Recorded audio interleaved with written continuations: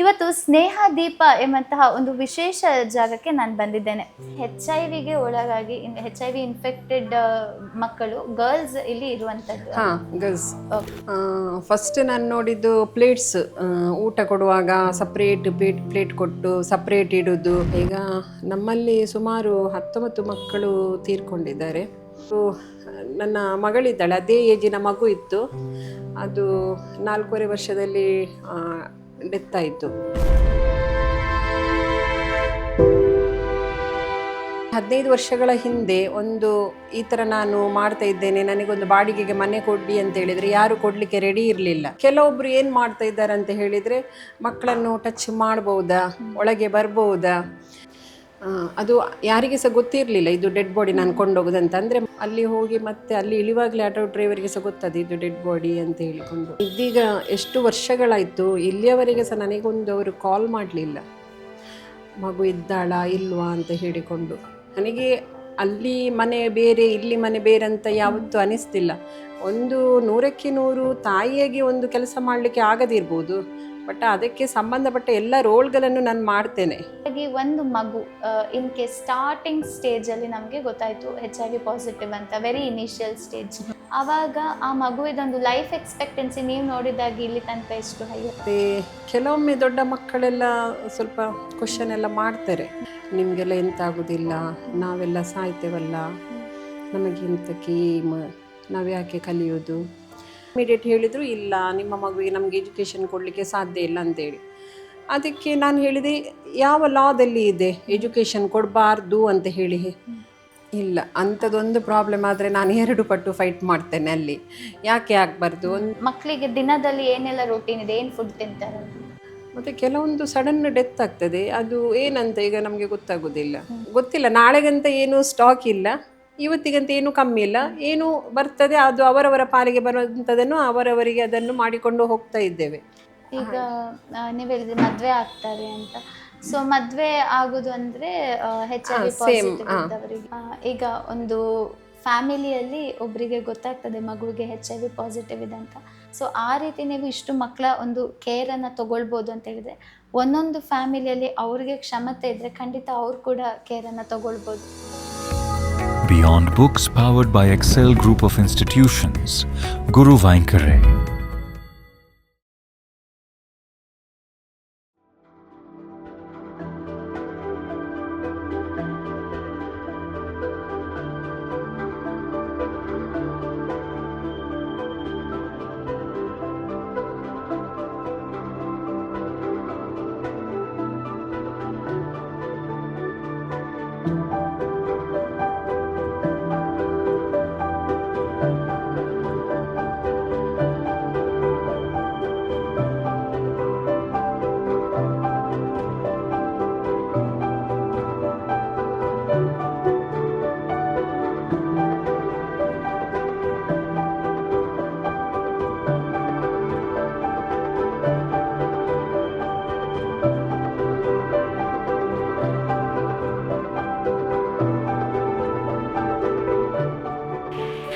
ನಮ್ಮ ದೇವರೇ, ಈ ಶುಭ ದಿನವನ್ನು ಕರುಣಿಸಿದ್ದಕ್ಕಾಗಿ ನಾವು ನಿಮ್ಮಲ್ಲಿ ಧನ್ಯವಾದವನ್ನು ಸಲ್ಲಿಸುತ್ತಿದ್ದೇವೆ.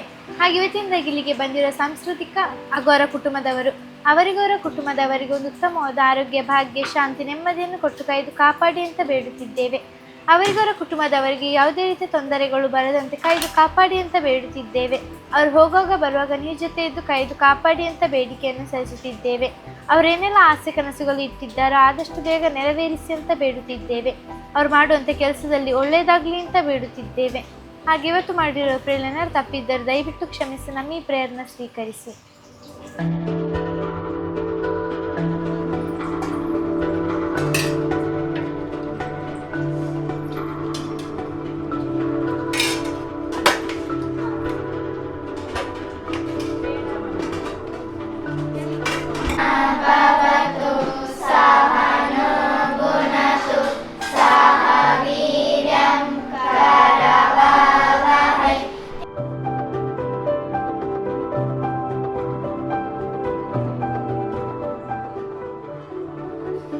ಎಲ್ಲರಿಗೂ ನಮಸ್ಕಾರ and welcome to beyond books by Sam cam stories. Health is wealth ಅಂತ ಹೇಳ್ತಾರೆ, ಆದರೆ ನಮಗೆ ಆರೋಗ್ಯನೇ ಸಂಪತ್ತು ಅಂತ ಅರಿವಾಗೋದು ನಾವು ಅನಾರೋಗ್ಯಕ್ಕೆ ಒಳಗಾದಾಗ ಮಾತ್ರ. ಇವತ್ತು ಸ್ನೇಹ ದೀಪ ಎಂಬಂತಹ ಒಂದು ವಿಶೇಷ ಜಾಗಕ್ಕೆ ನಾನು ಬಂದಿದ್ದೇನೆ. ಇಲ್ಲಿ ಬಂದರೆ ಕೇವಲ 5 ನಿಮಿಷ ನೀವು ಇಲ್ಲಿ ಕುಳಿತುಕೊಂಡ್ರೆ ಸಾಕು, ನಿಮ್ಮ ಜೀವನದಲ್ಲಿ ಕಲಿದೇ ಇರುವಂತಹ ಅದೆಷ್ಟೋ ಪಾಠಗಳು 5 ನಿಮಿಷದಲ್ಲಿ just in silence you will learn. So ಇದ್ರ ಬಗ್ಗೆ ಇನ್ನಷ್ಟು ಮಾಹಿತಿಗಳನ್ನು ನಾವು ತಿಳ್ಕೊಳ್ಳೋಣ. ವಾಟ್ ಇಸ್ ಸ್ನೇಹ ದೀಪ, ಇಲ್ಲಿ ಏನು ಅಂತೆಲ್ಲ ಒಂದು ಇಡೀ ಈ ಎಪಿಸೋಡಲ್ಲಿ ನಿಮಗೆ ನೋಡ್ಲಿಕ್ಕೆ ಸಿಗ್ತದೆ. ನಮ್ಮೊಂದಿಗೆ ಇವತ್ತಿದ್ದಾರೆ ತಬ್ಸುಮ್ ಅವರು. ನಮಸ್ತೆ ಮ್ಯಾಮ್. ನಮಸ್ತೆ. ಸೊ ಸ್ನೇಹ ದೀಪವನ್ನು ನೀವು ನಡೆಸ್ಕೊಂಡು ಬರ್ತಾ ಇದ್ರೆ ಎಷ್ಟು ವರ್ಷ ಆಯಿತು? 16 ವರ್ಷಗಳಾಯಿತು. 16 ವರ್ಷಗಳು. ಓಕೆ, ಸ್ನೇಹ ದೀಪ ಅಂದರೆ ಏನು? ಸ್ನೇಹ ದೀಪ ಅಂತ ಹೇಳಿ ನಾವು ಯಾಕೆ ಹೆಸರಿಟ್ಟಿದ್ದೇವೆ ಅಂತ ಹೇಳಿದರೆ, ಇದರಲ್ಲಿ ತಂದೆ ತಾಯಿಯನ್ನು ಕಳೆದುಕೊಂಡು ಅಥವಾ ತಮ್ಮವರನ್ನು ಕಳೆದುಕೊಂಡು ತಮಗೆ ಬಾಲ್ಯತನ ಎಲ್ಲವನ್ನು ಕಳೆದುಕೊಂಡು ಇರುವಂತಹ ಮಕ್ಕಳಿಗೆ ಪ್ರೀತಿ, ಕಾಳಜಿ, ಆರೋಗ್ಯ ಮತ್ತು ಎಜುಕೇಷನ್ ಇವೆಲ್ಲವನ್ನು ಕೊಡುವುದಕ್ಕೆ ನಾನು ಸ್ನೇಹ ದೀಪ ಅಂತ ಹೆಸರಿಟ್ಟು ಇದೊಂದು ಮನೆ ಥರ ನಡೆಸಿಕೊಂಡು ಬರ್ತಾ ಇದ್ದೇವೆ. ಇಲ್ಲಿ ಎಷ್ಟು ಜನ ಮಕ್ಕಳಿದ್ದಾರೆ? ಅವರು ಎಷ್ಟು ವರ್ಷಗಳಿಂದ ಇದ್ದಾರೆ? ಸುಮಾರು ನಮ್ಮದು 16 ವರ್ಷಗಳಲ್ಲಿ 70ಕ್ಕೂ ಜಾಸ್ತಿ ಮಕ್ಕಳು ದಾಖಲಾತಿಯನ್ನು ಪಡ್ಕೊಂಡಿರುತ್ತಾರೆ. ಇದೀಗ ಪ್ರಸ್ತುತ 24 ಮಕ್ಕಳು ಆಶ್ರಯಿಸಿಕೊಂಡಿದ್ದಾರೆ. ಓಕೆ, ಸೊ ಇಲ್ಲಿ HIV ಒಳಗಾಗಿ HIV ಇನ್ಫೆಕ್ಟೆಡ್ ಮಕ್ಕಳು ಗರ್ಲ್ಸ್ ಇಲ್ಲಿ ಇರುವಂಥದ್ದು. ಹಾಂ, ಗರ್ಲ್ಸ್. ಓಕೆ, ಸೊ ಈಗ 24 ಜನ ಮಕ್ಕಳಿದ್ದಾರೆ. ಈ ಒಂದು ಥಾಟ್ ಎಲ್ಲಿಂದ ಬಂತು ನಿಮಗೆ? ಅಂದರೆ ನಾನು ಈ ರೀತಿ ಒಂದು ಪ್ರಾರಂಭ ಮಾಡಬೇಕು, ಬಿಕಾಸ್ ಈಗ ಅನಾಥಾಶ್ರಮಗಳು, ವೃದ್ಧಾಶ್ರಮಗಳೆಲ್ಲ ನಾವು ಸಾಕಷ್ಟು ನೋಡ್ತೇವೆ. ಆದರೆ ಸ್ಪೆಸಿಫಿಕ್ ಆಗಿ HIV ಒಳಪಟ್ಟ ಮಕ್ಕಳೇ ಒಂದು ಆಶ್ರಮ ಶುರು ಮಾಡಬೇಕು ಅಂತ ಥಾಟ್ ಹೇಗೆ ಬಂತು? ಫಸ್ಟ್ ನನಗೆ ಏನಾದರೂ ಒಂದು ಸೋಷಿಯಲಿಗೆ ಸಂಬಂಧಪಟ್ಟ ಒಂದು ಸರ್ವೀಸನ್ನು ಮಾಡಬೇಕಂತ ಹೇಳಿಕೊಂಡು ನನ್ನ ಹೈಸ್ಕೂಲ್ ಎಜುಕೇಷನಲ್ಲೇ ನನಗೆ ಆ ಒಂದು ಡ್ರೀಮ್ ಇತ್ತು. ಇನ್ನು ಈ ಒಂದು ಪ್ಲೇಸಿಗೆ ನಿಲ್ಲಲಿಕ್ಕೆ ದೇವರ ಇಚ್ಛೆ ಅಂತ ಹೇಳ್ಬೋದು. ನನಗೆ ಟೀಚಿಂಗ್ ಲೈನಲ್ಲಿ ಬಹಳಷ್ಟು ಆಸಕ್ತಿ ಇತ್ತು, ನಾನೊಂದು ಲೆಕ್ಚರರ್ ಆಗಬೇಕಂತ ಹೇಳಿಕೊಂಡು. ಆಮೇಲೆ ನನಗೆ ನನ್ನ ಫ್ರೆಂಡ್ ಒಬ್ಬರು ಇದರಲ್ಲಿ HIV ಡೆತ್ ಆದಾಗ ಮತ್ತು ಅವರ ಮಗಳನ್ನು ಒಂದು ಸ್ಟಿಗ್ಮಾ, ಡಿಸ್ಕ್ರಿಮಿನೇಷನ್ ಅದೆಲ್ಲ ಮಾಡ್ತಿದ್ದದನ್ನು ನೋಡಿಕೊಂಡು ಯಾಕೆ ಇದನ್ನೇ ಮಾಡಬಾರ್ದು ಅಂತ ಒಂದು ಯೋಚನೆ ಬಂತು. ಅಲ್ಲಿಂದ ನಾನು ಈ ಒಂದು ಸೆಂಟರ್ ಈ ಮಕ್ಕಳಿಗೆ ಸ್ಟಾರ್ಟ್ ಮಾಡಬೇಕಂತ ಹೇಳಿಕೊಂಡು ಆ ಒಂದು ಯೋಚನೆಗಳಿತ್ತು. ಆ ಯೋಚನೆಯನ್ನು ಆಗಲೇ ಅದನ್ನು ಸಕ್ಸಸ್ ಮಾಡಲಿಕ್ಕೆ ಸಾಧ್ಯ ಇಲ್ಲ. ಒಂದಷ್ಟು ಅದಕ್ಕೆ ಬೇಕಾದ ವ್ಯವಸ್ಥೆಗಳೆಲ್ಲ ಮಾಡಿಕೊಂಡು ತುಂಬ ಒಂದು 5 ವರ್ಷಗಳ ನಂತರ ನಾನು ಅದನ್ನು ಪ್ರಾರಂಭಿಸಿದೆ. ಈ ನನ್ನ ಫ್ರೆಂಡ್ ಡೆತ್ ಆದ ನಂತರ 5 years ನಂತರ ಸ್ಟಾರ್ಟ್ ಮಾಡಿ. ಸೊ ಆ 5 ವರ್ಷಗಳಲ್ಲಿ ನೀವು ಹೇಳಿದ್ರೆ ಅವರ ಮಗುವನ್ನು ಒಂದು ಏನು ಡಿಸ್ಕ್ರಿಮಿನೇಷನ್ ಮಾಡ್ತಿದ್ರು ಅದನ್ನು ನೀವು ನೋಡ್ತಾ ಇದ್ರಿ ಅಂತ. ಸೊ ಆ ಮಗು ಇವಾಗ ಇದ್ದಾರಾ, ಅಥವಾ ಅವರಿಗೆ ಆ ಒಂದು ಟೈಮಲ್ಲಿ ನೀವು ನೋಡಿದಾಗೆ ಏನೆಲ್ಲ ಫೇಸ್ ಮಾಡ್ತಾ ಇದ್ರು? ಫಸ್ಟ್ ನಾನು ನೋಡಿದ್ದು ಪ್ಲೇಟ್ಸ್, ಊಟ ಕೊಡುವಾಗ ಸಪ್ರೇಟ್ ಪ್ಲೇಟ್ ಕೊಟ್ಟು ಸಪ್ರೇಟ್ ಇಡೋದು, ಮತ್ತು ಬೆಡ್ಶೀಟ್, ಆ ಬೆಡ್ಶೀಟನ್ನು ವಾಶ್ ಮಾಡಲಿಕ್ಕೆ ತಗೊಂಡು ಹೋಗೋದಿಲ್ಲ. ಎಲ್ಲ ವಿಷಯಗಳಲ್ಲಿ ಕೂಡ ಒಂದು ಸಣ್ಣ ಗ್ಯಾಪಲ್ಲ, ದೊಡ್ಡ ಗ್ಯಾಪಲ್ಲೇ ಇತ್ತು. ಮತ್ತು ಆ ನೋಡುವ ರೀತಿ ಅದೆಲ್ಲ ಕೂಡ ನನಗೆ ಬಹಳಷ್ಟು ಮನಸ್ಸಿಗೆ ಒಂದು ತುಂಬ ನೋವನ್ನು ಉಂಟು ಮಾಡುವ ಒಂದು ವಿಷಯ ಆಯಿತು. ಅವರೀಗ ಇದ್ದಾರಾ? ಹಾಂ, ಇದ್ದಾರೆ ಅಂತ ಹೇಳಿದರೆ ಏನು ಗೊತ್ತಾ, ಮಗುವನ್ನು ಆ್ಯಕ್ಚುಲಿ ಮಗುವಿಗೆ ಇರಲಿಲ್ಲ, ಆದರೆ ಮಗುವನ್ನು ಆ ಥರ ಟ್ರೀಟ್ ಮಾಡ್ತಿದ್ದೆ. ಈಗ ತಂದೆ ತಾಯಿಗೆ ಹಾಗಿದ್ರೆ ಮಕ್ಕಳು ಸಹ ಹೀಗೇನಲ್ಲ ಅಂತ ಹೇಳಿಕೊಂಡು. ಸೊ ಮಗುವಿಗೆ ಆ್ಯಕ್ಚುಲಿ HIV ಇರಲಿಲ್ಲ. ಹಾಂ, ಓಕೆ, ಅದು ಒಳ್ಳೆ ವಿಷಯ ಆ್ಯಕ್ಚುಲಿ. ಅದನ್ನು ಕೇಳಿ ಈಗ ಖುಷಿ ಆಯಿತು. ತದನಂತರದಲ್ಲಿ ನೀವು ಪ್ರಾರಂಭ ಮಾಡಿದ್ರ, ನೀವು ಸ್ನೇಹ ದೀಪ ಸ್ಟಾರ್ಟ್ ಮಾಡುವಾಗ ಫಸ್ಟಿಗೆ ಒಂದು ಬಂದಂತಹ ಮಗು ಅಥವಾ ಫಸ್ಟ್ ಎಷ್ಟು ಜನ ಇದ್ರು? ಫಸ್ಟಿಗೆ ಒಂದು ಮಗುವಿನಿಂದಲೇ ಸ್ಟಾರ್ಟ್ ಮಾಡಿದ್ದು. ಮತ್ತು ಒಂದಷ್ಟು ಮಕ್ಕಳು ಇದ್ದಾರೆ ಅನ್ನೋದು ನನ್ನ ಗಮನಕ್ಕೆ ಬಂದಿತ್ತು. ಆದರೆ ಇಮಿಡಿಯೇಟಾಗಿ ಸ್ಟಾರ್ಟ್ ಮಾಡಬೇಕಾದ್ರೆ ಒಂದಷ್ಟು ಹಣಕಾಸು ಬೇಕು, ಇಟ್ಕೊಳ್ಳಿಕ್ಕೆ ಮನೆ ಬೇಕು.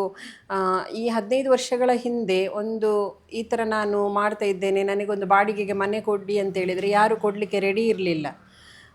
HIV ಮಕ್ಕಳಿಗಾದರೆ ನಾವು ಕೊಡುವುದಿಲ್ಲ ಅಂತ ಒಂದು ಮನೋಭಾವನೆ ಇತ್ತು. ಆದ ಕಾರಣ ಆ ಮನೆ ಸಿಗಲಿಕ್ಕೇ ನನಗೆ ಬಹಳಷ್ಟು ಟೈಮ್ ಅದರಲ್ಲಿ ಹೋಯಿತು. ಆವಾಗ ಅಂದರೆ HIV ಬಗ್ಗೆ ಅಷ್ಟು ಅರಿವಿರಲಿಲ್ಲ. ಬಟ್ ಇವತ್ತು ನಮ್ಮ ಆಡಿಯನ್ಸಿಗೆ ಒಂದು ನಾವು ಹೇಳೋದಾದರೆ, ಇವತ್ತು ಸಾಕಷ್ಟು ಲೈಕ್ ನಾನು ಕೂಡ ಒಂದು ಮೆಡಿಕಲ್ ಬ್ಯಾಕ್ಗ್ರೌಂಡಿಂದ ಬರೋದ್ರಿಂದ, ಸೊ ಐ ನೋ HIV ಅಂದರೆ ಆ್ಯಕ್ಚುಲಿ ಬಂದವರಿಗೆ ಲೈಫ್ ಲಾಂಗ್ ಸಫರಿಂಗ್. ಆದರೆ ನಮಗೆ ಅದು ಈಗ ಬೇರೆ ಒಂದು ವೈರಸ್ ರೀತಿ ನಮ್ಮ ಗಾಳಿ ಸೋಂಕಿಂದಾಗಿ ಅಥವಾ ಫುಡ್ಡಿಂದಾಗಿ ಬರುವಂಥದ್ದಲ್ಲ. ಬಟ್ ನೀವು ಇವತ್ತಿನ ಆಡಿಯನ್ಸ್ ಜೊತೆ ಶೇರ್ ಮಾಡೋದಾದರೆ HIV ಬಗ್ಗೆ ಏನು ಹೇಳ್ತಾರೆ? HIV ಬಗ್ಗೆ ಇವಾಗ ಬಹಳಷ್ಟು ಜನರಿಗೆ ಅದರ ಬಗ್ಗೆ ಅವೇರ್ನೆಸ್ ಪ್ರೋಗ್ರಾಮ್ ಇದೆ. ನಮ್ಮ ಸರ್ಕಾರ ಕೂಡ ಬಹಳಷ್ಟು ಯೋಜನೆಗಳನ್ನು ಬಹಳಷ್ಟು ವರ್ಷಗಳಿಂದ ಮಾಡ್ತಾ ಇದೆ. ಎಲ್ರಿಗೂ ಗೊತ್ತಿದೆ. ಎಲ್ರಿಗೂ ಗೊತ್ತಿದ್ರೂ ಎಲ್ಲೋ ಒಂದು ಭಯ ಇದೆ ಅಂತ ನನಗೆ ಅನಿಸ್ತದೆ. ನಾನು ಈ ಮಾತು ಹೇಳಲಿಕ್ಕೆ ಕಾರಣ ಏನಂದರೆ, ನಮ್ಮಲ್ಲಿ ಒಂದಷ್ಟು ವಿಸಿಟರ್ಸ್ ಬರ್ತಾರೆ. ಕೆಲವೊಬ್ಬರು ಏನು ಮಾಡ್ತಾ ಇದ್ದಾರೆ ಅಂತ ಹೇಳಿದರೆ, ಮಕ್ಕಳನ್ನು ಟಚ್ ಮಾಡ್ಬೋದಾ, ಒಳಗೆ ಬರ್ಬೋದಾ, ಹೈಲಿ ಎಜುಕೇಟೆಡ್ ಇರುವ ಜನರೇ, ಅಂದರೆ ಅಲ್ಲಿ ಕೂಡ ಅವರಿಗೆ ಏನೋ ಒಂದು ಭಯ ಇದೆ ಅಂತ ಅನಿಸ್ತದೆ. ನಮಗೆ ಅಷ್ಟು ಈಸಿಯಾಗಿ ಬರುವುದಿಲ್ಲ. ಹಾಗಿರ್ತಿದ್ರೆ ನನಗೆ ಕೂಡ ಬರ್ತಿತ್ತು. ಹೀಗೆ ನಾವು ನೋಡುವಾಗ ಮಕ್ಕಳನ್ನು ಹತ್ತಿರ ಬರುವಾಗ ಅವರು ಬಂದು ಅವರ ನೋವುಗಳನ್ನು ಹೇಳಿಕೊಂಡು ಅಥವಾ ಅವರ ಪ್ಯಾರೆಂಟ್ಸ್ದು ನೆನಪಾಗುವಾಗ ನನ್ನಲ್ಲಿ ಬರ್ತಾರೆ, ಹಗ್ ಮಾಡ್ತಾರೆ, ಅಳ್ತಾರೆ, ಅವರ ಕಣ್ಣೀರು ನನಗೆ ತಾಗ್ತದೆ. ಹಾಗೆಲ್ಲ ಇದ್ರೆ ನನಗೆ ಯಾವತ್ತೂ ಬರಬೇಕಿತ್ತು. ಅದಂತೂ ಬರುವುದಿಲ್ಲ ಅನ್ನೋದು ನಮಗೆ ಗೊತ್ತುಂಟು. ಅದು ಬರುವ ಕಾರಣಗಳು ಕೂಡ ಬ್ಲಡ್ಡಿಂದ, ಸೂಜಿ, ಸಿರಿಂಜ್ ಅಥವಾ ಅನ್ಸೇಫ್ ಆ್ಯಕ್ಟಿವಿಟೀಸ್ ಅದರಿಂದ ಬರ್ತದೆ ಅನ್ನೋದು ನಮಗೆಲ್ಲರಿಗೂ ಗೊತ್ತಿರುವಂಥ ವಿಷಯ. ಈಗ ಅನ್ಸೇಫ್ ಅನ್ಪ್ರೊಟೆಕ್ಟೆಡ್ ಇಂಟರ್ಕೋರ್ಸಿಂದ ಬರ್ತದೆ, ನೀಡಲ್ಸಿಂದ ಬರ್ತದೆ. ಈಗ ಈ ಮಕ್ಕಳಲ್ಲಿ ಹೆಚ್ಚಾಗಿ ಅಂದರೆ ಚೈಲ್ಡ್ ಟ್ರಾನ್ಸ್ಮಿಷನ್ ಇರ್ತದೆ.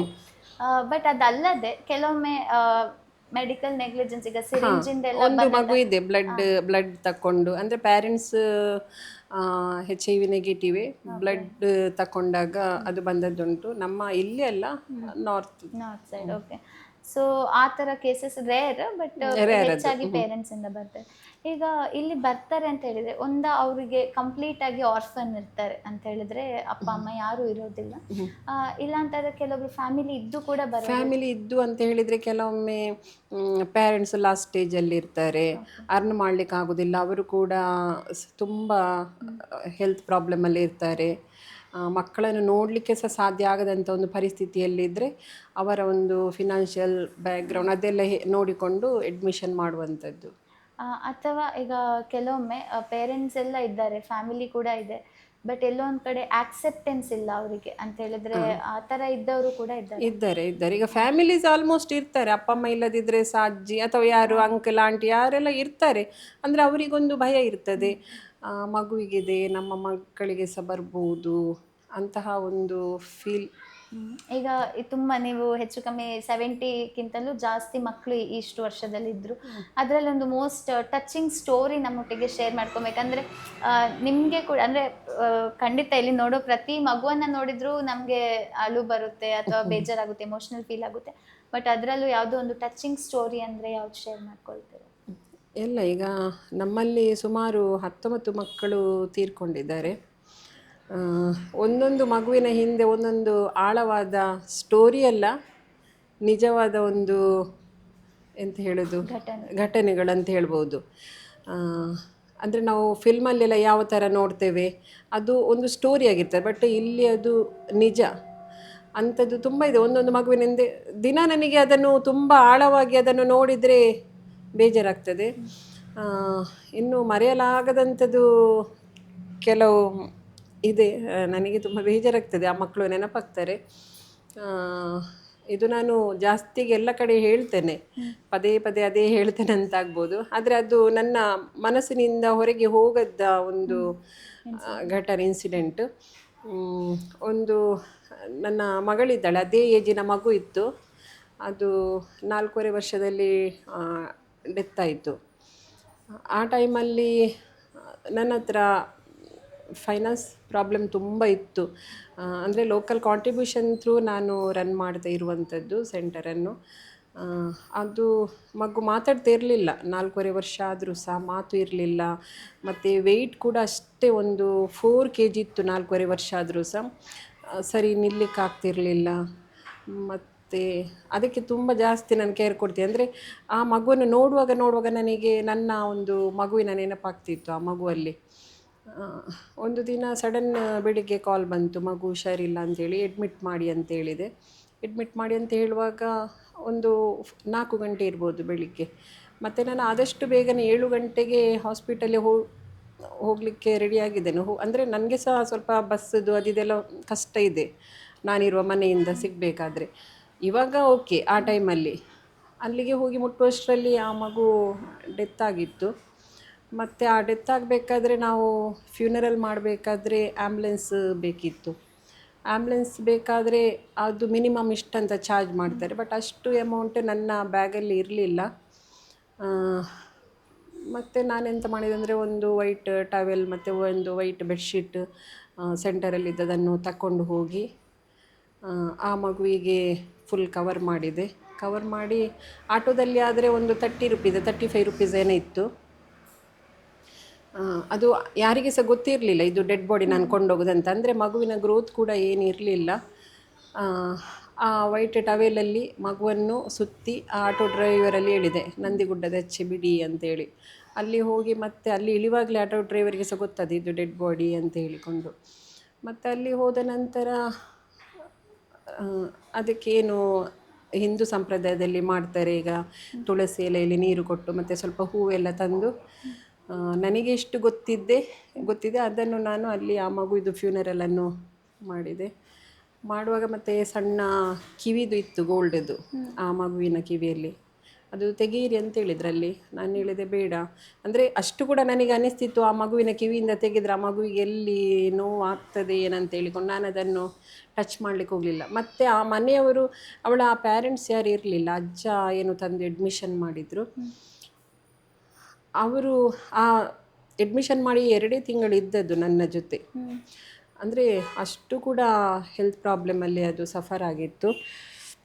ಮತ್ತು ನಾನು ಅವರಿಗೆ ಕಾಂಟ್ಯಾಕ್ಟ್ ಮಾಡಲಿಕ್ಕೆ ನೋಡಿದರೆ ಅವರ ನಂಬರ್ ನನಗೆ ಕನೆಕ್ಟೇ ಆಗಲಿಲ್ಲ, ಸ್ವಿಚ್ ಆಫ್ ಬಂತು. ಇದೀಗ ಎಷ್ಟು ವರ್ಷಗಳಾಯಿತು, ಇಲ್ಲಿಯವರೆಗೆ ಸಹ ನನಗೊಂದು ಅವರು ಕಾಲ್ ಮಾಡಲಿಲ್ಲ ಮಗು ಇದ್ದಾಳಾ ಇಲ್ವಾ ಅಂತ ಹೇಳಿಕೊಂಡು. ಮತ್ತು ಈ ಒಂದು ನೋವಿನಿಂದ ನನಗೆ ಹೊರಗೆ ಬರಲಿಕ್ಕೆ ಸಾಧಾರಣ 1-2 ತಿಂಗಳೇ ಆಗಿದೆ. ಅಂದರೆ ಅಷ್ಟು ನಾನು ಎಲ್ಲ ಮಕ್ಕಳ ಹತ್ರ ಮಾತಾಡಿದ್ದೇನೆ, ಆದರೆ ಆ ಮಗುವನ್ನು ನಾನು ಯಾವಾಗಲೂ ಹೋಗಿ ಕರೀತಾ ಇದ್ದೆ ಬೆಳಿಗ್ಗೆ ಮತ್ತು ಸಂಜೆ ಹೋಗುವಾಗ. ಡೆತ್ ಆಗುವ ಮೊದಲನೇ ದಿನ ಕೂಡ ನನಗೆ ಅದು ಗೇಟ್ ತನಕ, ಅಂದರೆ ಗೇಟಲ್ಲಿ ದೊಡ್ಡ ಮಕ್ಕಳು ಎತ್ತಿಕೊಂಡು ಬಂದಿದ್ದರು, ಬಾಯ್ ಮಾಡಿದೆ. ಮತ್ತು ಇನ್ನೊಂದು ಸಲ ಪಿಕ್ನಿಕ್ಕಿಗೆ ಕರ್ಕೊಂಡು ಹೋಗುವಾಗ ಸಹ ಅದು ಮಗುವನ್ನು ನಾನು ಕರ್ಕೊಂಡು ಹೋಗಲಿಲ್ಲ, ಅಂದರೆ ಅಷ್ಟು ಹೆಲ್ತ್ ಪ್ರಾಬ್ಲಮ್ ಇತ್ತು, ಜಾಸ್ತಿ ಲೂಸ್ ಮೋಷನ್ ಇತ್ತು, ತುಂಬ ಇತ್ತು. ಆ ಮಗು ನನ್ನನ್ನು ನೋಡಿ ಈಗ ನನ್ನ ಡ್ರೆಸ್ಸನ್ನು ಎಳೆದು ಹೀಗೆ ಮಾಡಿದೆ. ಅದು ನನಗೆ ಮರೀಲಿಕ್ಕೆ ಆಗೋದಿಲ್ಲ ಅದನ್ನು. ಆಮೇಲೆ ನನಗೆ ಬೇಡವೇ ಇದು ಫೀಲ್ಡ್ ಅಂತಾಯಿತು, ಯಾಕೆಂದರೆ ಇಷ್ಟು ನೋವನ್ನು ತಿಂದುಕೊಂಡು ಈ ಕೆಲಸ ಮಾಡಲಿಕ್ಕೆ ಕಷ್ಟ ಅಂತ ಅನಿಸಿತು. ಆದರೆ ಮತ್ತೆ ಒಂದಷ್ಟು ಮಕ್ಕಳು ಸೆಂಟರಲ್ಲಿ ಇದ್ದರು, ಆ ಮಕ್ಕಳನ್ನು ಮುಂದಕ್ಕೆ ನೋಡಿಕೊಳ್ಳಬೇಕಲ್ಲ ತಂದದ್ದು. ಬೇರೆ ಯಾವ ಮಕ್ಕಳನ್ನು ಬಿಟ್ಟು ಹೋದರೆ ಯಾರಾದರೂ ನೋಡ್ಬೋದು, ಬಟ್ ಇದನ್ನು ನೋಡೋದು ಎಷ್ಟಾದರೂ ಅಷ್ಟಕ್ಕಷ್ಟೇ ಅನ್ನೋದು ನನಗೆ ಗೊತ್ತುಂಟು. ಆದ ಕಾರಣ ಮತ್ತೆ ಒಂದು ಸ್ಟೆಪ್ಪನ್ನು ಮುಂದೆನೇ ಇಡಬೇಕಾಯಿತು, ಹಿಂದೆ ಇಡಲಿಕ್ಕೆ ಸಾಧ್ಯ ಆಗಲಿಲ್ಲ. ಹಾಗೆ ಅಂಥದ್ದು ಕೆಲವು ಘಟನೆಗಳು ಇದೆ. ಈಗ ಕಳೆದ 1-2 ವರ್ಷದ ಮೊದಲೊಂದು ಡೆತ್ ಆಗಿದೆ, ಅದು ಕೂಡ ಹಾಗೆಯೇ. ಇಲ್ಲಿ ಒಂಥರ ಅಂದರೆ it's too much to take actually. But death ಆದಾಗ ಈಗ ನೀವು ಹೇಳಿದ್ರಿ 19 ಮಕ್ಕಳ ಡೆತ್ ಆಗಿದೆ ಅಂತ. ನಮ್ಮ ಮನೆಯಲ್ಲಿ ಒಂದೊಂದು ಡೆತ್ ಆದ್ರೇ ನಮಗೆ ಅದು ಲೈಫ್ ಲಾಂಗ್ ಒಂದು ಉಳಿಯುವಂಥ ನೋವು. ಸೊ ನೀವು ಪರ್ಸ್ನಲಿ ಅದರಿಂದ because you have to overcome. ಅಂದರೆ ಇವತ್ತು 19 ಮಕ್ಕಳ ಡೆತ್ ಆಗಿದೆ, ಬಟ್ ಇನ್ನೂ 25-26 ಜನ ನಿಮ್ಮ ಒಟ್ಟಿಗೆ ಇದ್ದಾರೆ. ಸೊ ಆ ನೋವನ್ನು ನೀವು ಅವರಿಗೆ ತಾಗಲಿಕ್ಕೆ ಬಿಡ್ಲಿಕ್ಕೆ ಆಗೋದಿಲ್ಲ. ಸೊ ಅದನ್ನು ನೀವು ಹೇಗೆ ಮ್ಯಾನೇಜ್ ಮಾಡ್ತೀರಾ? ಅಂದರೆ ಒಂದು ಕೌನ್ಸ್ಲಿಂಗ್ ಇದೆ ಅವರಿಗೆ, ಮತ್ತು ನಾವು ಒಂದಷ್ಟು ಪಿಕ್ನಿಕ್ ಪ್ಲೇಸ್ ಮತ್ತು ಏನಾದರೂ ಆ್ಯಕ್ಟಿವಿಟೀಸ್ ಮಾಡ್ತೇವೆ, ಇಲ್ಲಾಂದರೆ ಹೊರಗಡೆ ಕರ್ಕೊಂಡು ಹೋಗೋದು ಹಾಗೆ. ಅಂದರೆ ಅದರಲ್ಲಿ ಅವರ ನೆನಪು, ಅಂದರೆ ಎಲ್ಲರಿಗೆ ಗೊತ್ತಿರೋದಿಲ್ಲ, ಸ್ವಲ್ಪ ದೊಡ್ಡ ಮಕ್ಕಳಿಗೆ ಅರ್ಥ ಆಗ್ತದೆ ಹೀಗೆ ಅಂತ ಹೇಳಿಕೊಂಡು, ಸಣ್ಣ ಮಕ್ಕಳಿಗೆ ಅಷ್ಟು ಗೊತ್ತಿರೋದಿಲ್ಲ. ಮತ್ತು ಈಗೇ ಸ್ವಲ್ಪ ಪಿಕ್ನಿಕ್ ಕರ್ಕೊಂಡು ಹೋಗೋದು, ಟೂರ್ ಕರ್ಕೊಂಡು ಹೋಗೋದು, ಅದರಲ್ಲಿ 1-2 ದಿನ ಎಂಜಾಯ್ ಮಾಡುವಾಗ ಸ್ವಲ್ಪ ಸರಿ ಆಗ್ಬೋದಂತೆ. ಎಷ್ಟರ ಮಟ್ಟಿಗೆ ಸರಿ ಆಗ್ತದೆ ಗೊತ್ತಿಲ್ಲ, ಆದರೆ ಸಹ ಸ್ವಲ್ಪ ಓಕೆ ಅಂತೇಳಿ ಅದು ನೆನಪುಗಳು ಇರ್ತದೆ. ಒಂದಷ್ಟು ದಿನ ಜಾಸ್ತಿ ಕಾಡ್ತಾ ಇರ್ತದೆ, ಮತ್ತು ಮಕ್ಕಳು ಅವರು ನಾರ್ಮಲ್ ಲೈಫಿಗೆ ಬರ್ತಾರೆ. ಅಂದರೆ ಮಕ್ಕಳಿಗೆ ಓಕೆ, ನಾನು ಹೇಳೋದು ಈಗ ನಿಮಗೆ ಪರ್ಸ್ನಲಿ, ಬಿಕಾಸ್ ಈಗ ಒಂದು ಲೈಕ್ ನಾನು ಬಿಲೀವ್ ಮಾಡ್ತೇನೆ ನೆಗೆಟಿವ್ ಎನರ್ಜಿ, ಪಾಸಿಟಿವ್ ಎನರ್ಜಿ, ಅಂದರೆ ನಮ್ಮ ಥಾಟ್ಸ್ ಹೇಗೆ ಹೋಗ್ತದೆ ಹಾಗೆ ನಾವು ನಮ್ಮ ಲೈಫಲ್ಲಿ ಪರ್ಫಾರ್ಮ್ ಮಾಡ್ತೀವಿ. ಸೊ ಅದೆಲ್ಲೋ ಒಂದು ಕಡೆ ತುಂಬ ಈ ರೀತಿ ಇನ್ಸಿಡೆಂಟ್ಸ್ ಆಗುವಾಗ ನಮ್ಮಲ್ಲೊಂದು ನೆಗೆಟಿವ್ ಥಾಟ್ಸ್ ಬರುವಂಥದ್ದು ಎಲ್ಲ ಆಗ್ತದೆ. ಸೊ ನೀವು ನಿಮ್ಮ ಪರ್ಸ್ನಲ್ ಲೈಫನ್ನು ಮ್ಯಾನೇಜ್ ಮಾಡಬೇಕು, ಇಲ್ಲಿ ಮಕ್ಕಳನ್ನ ನೋಡ್ಕೊಳ್ಬೇಕು, ಅದಕ್ಕೆ ಅವ್ರಿಗೆ ಫೈನಾನ್ಸಸ್ ಹೊಂದಿಸಬೇಕು, ಇನ್ನು ಎಷ್ಟು ಇದೆ, ನಿಮ್ಮ ಮಕ್ಕಳಿದ್ದಾರೆ, ನಿಮ್ಮ ಮಕ್ಕಳನ್ನ ನೋಡ್ಕೊಬೇಕು. ಸೊ ಅದನ್ನು ನೀವು ಹೇಗೆ ಮ್ಯಾನೇಜ್ ಮಾಡ್ತೀರಾ ಪರ್ಸ್ನಲಿ? ಸ್ವಲ್ಪ ಕಷ್ಟ ಆಗ್ತದೆ. ಅಂದರೆ ನನಗೆ ಅಲ್ಲಿ ಮನೆ ಬೇರೆ ಇಲ್ಲಿ ಮನೆ ಬೇರೆ ಅಂತ ಯಾವತ್ತೂ ಅನಿಸ್ತಿಲ್ಲ. ಅದು ಒಂದೇ ಇದು ಒಂದೇ. ಅಲ್ಲಿಗೆ ಇಂಪಾರ್ಟೆನ್ಸ್ ಕೊಡೋ ಟೈಮಲ್ಲಿ ಅಲ್ಲಿಗೆ ಕೊಡ್ತೇನೆ, ಇಲ್ಲಿಗೆ ಕೊಡೋ ಟೈಮಲ್ಲಿ ಇಲ್ಲಿಗೂ ಸಹ ಕೊಡ್ತೇನೆ. ಏನಿಲ್ಲದ್ರೆ ನಾವು ಮಕ್ಕಳೆಲ್ಲ ಬಂದು ಇಲ್ಲಿ ಕೂತದ್ದು ಸಹ ಉಂಟು. ಮಾತ್ರ ಈಗ ಮಕ್ಕಳು ಸ್ವಲ್ಪ ದೊಡ್ಡವರಾದ ಕಾರಣ ಅವರ ಕೆಲಸಗಳನ್ನು ಅವರೇ ಮಾಡಿಕೊಳ್ತಾರೆ. ಅದು ಸಹ ಸ್ವಲ್ಪ ಒಂದು ಜವಾಬ್ದಾರಿ ಅನ್ನೋದು ಇರ್ತದೆ, ಅವರಿಗೆ ಸಹ ಸ್ವಲ್ಪ ಕೇರ್ ಕೊಡಬೇಕಾಗ್ತದೆ.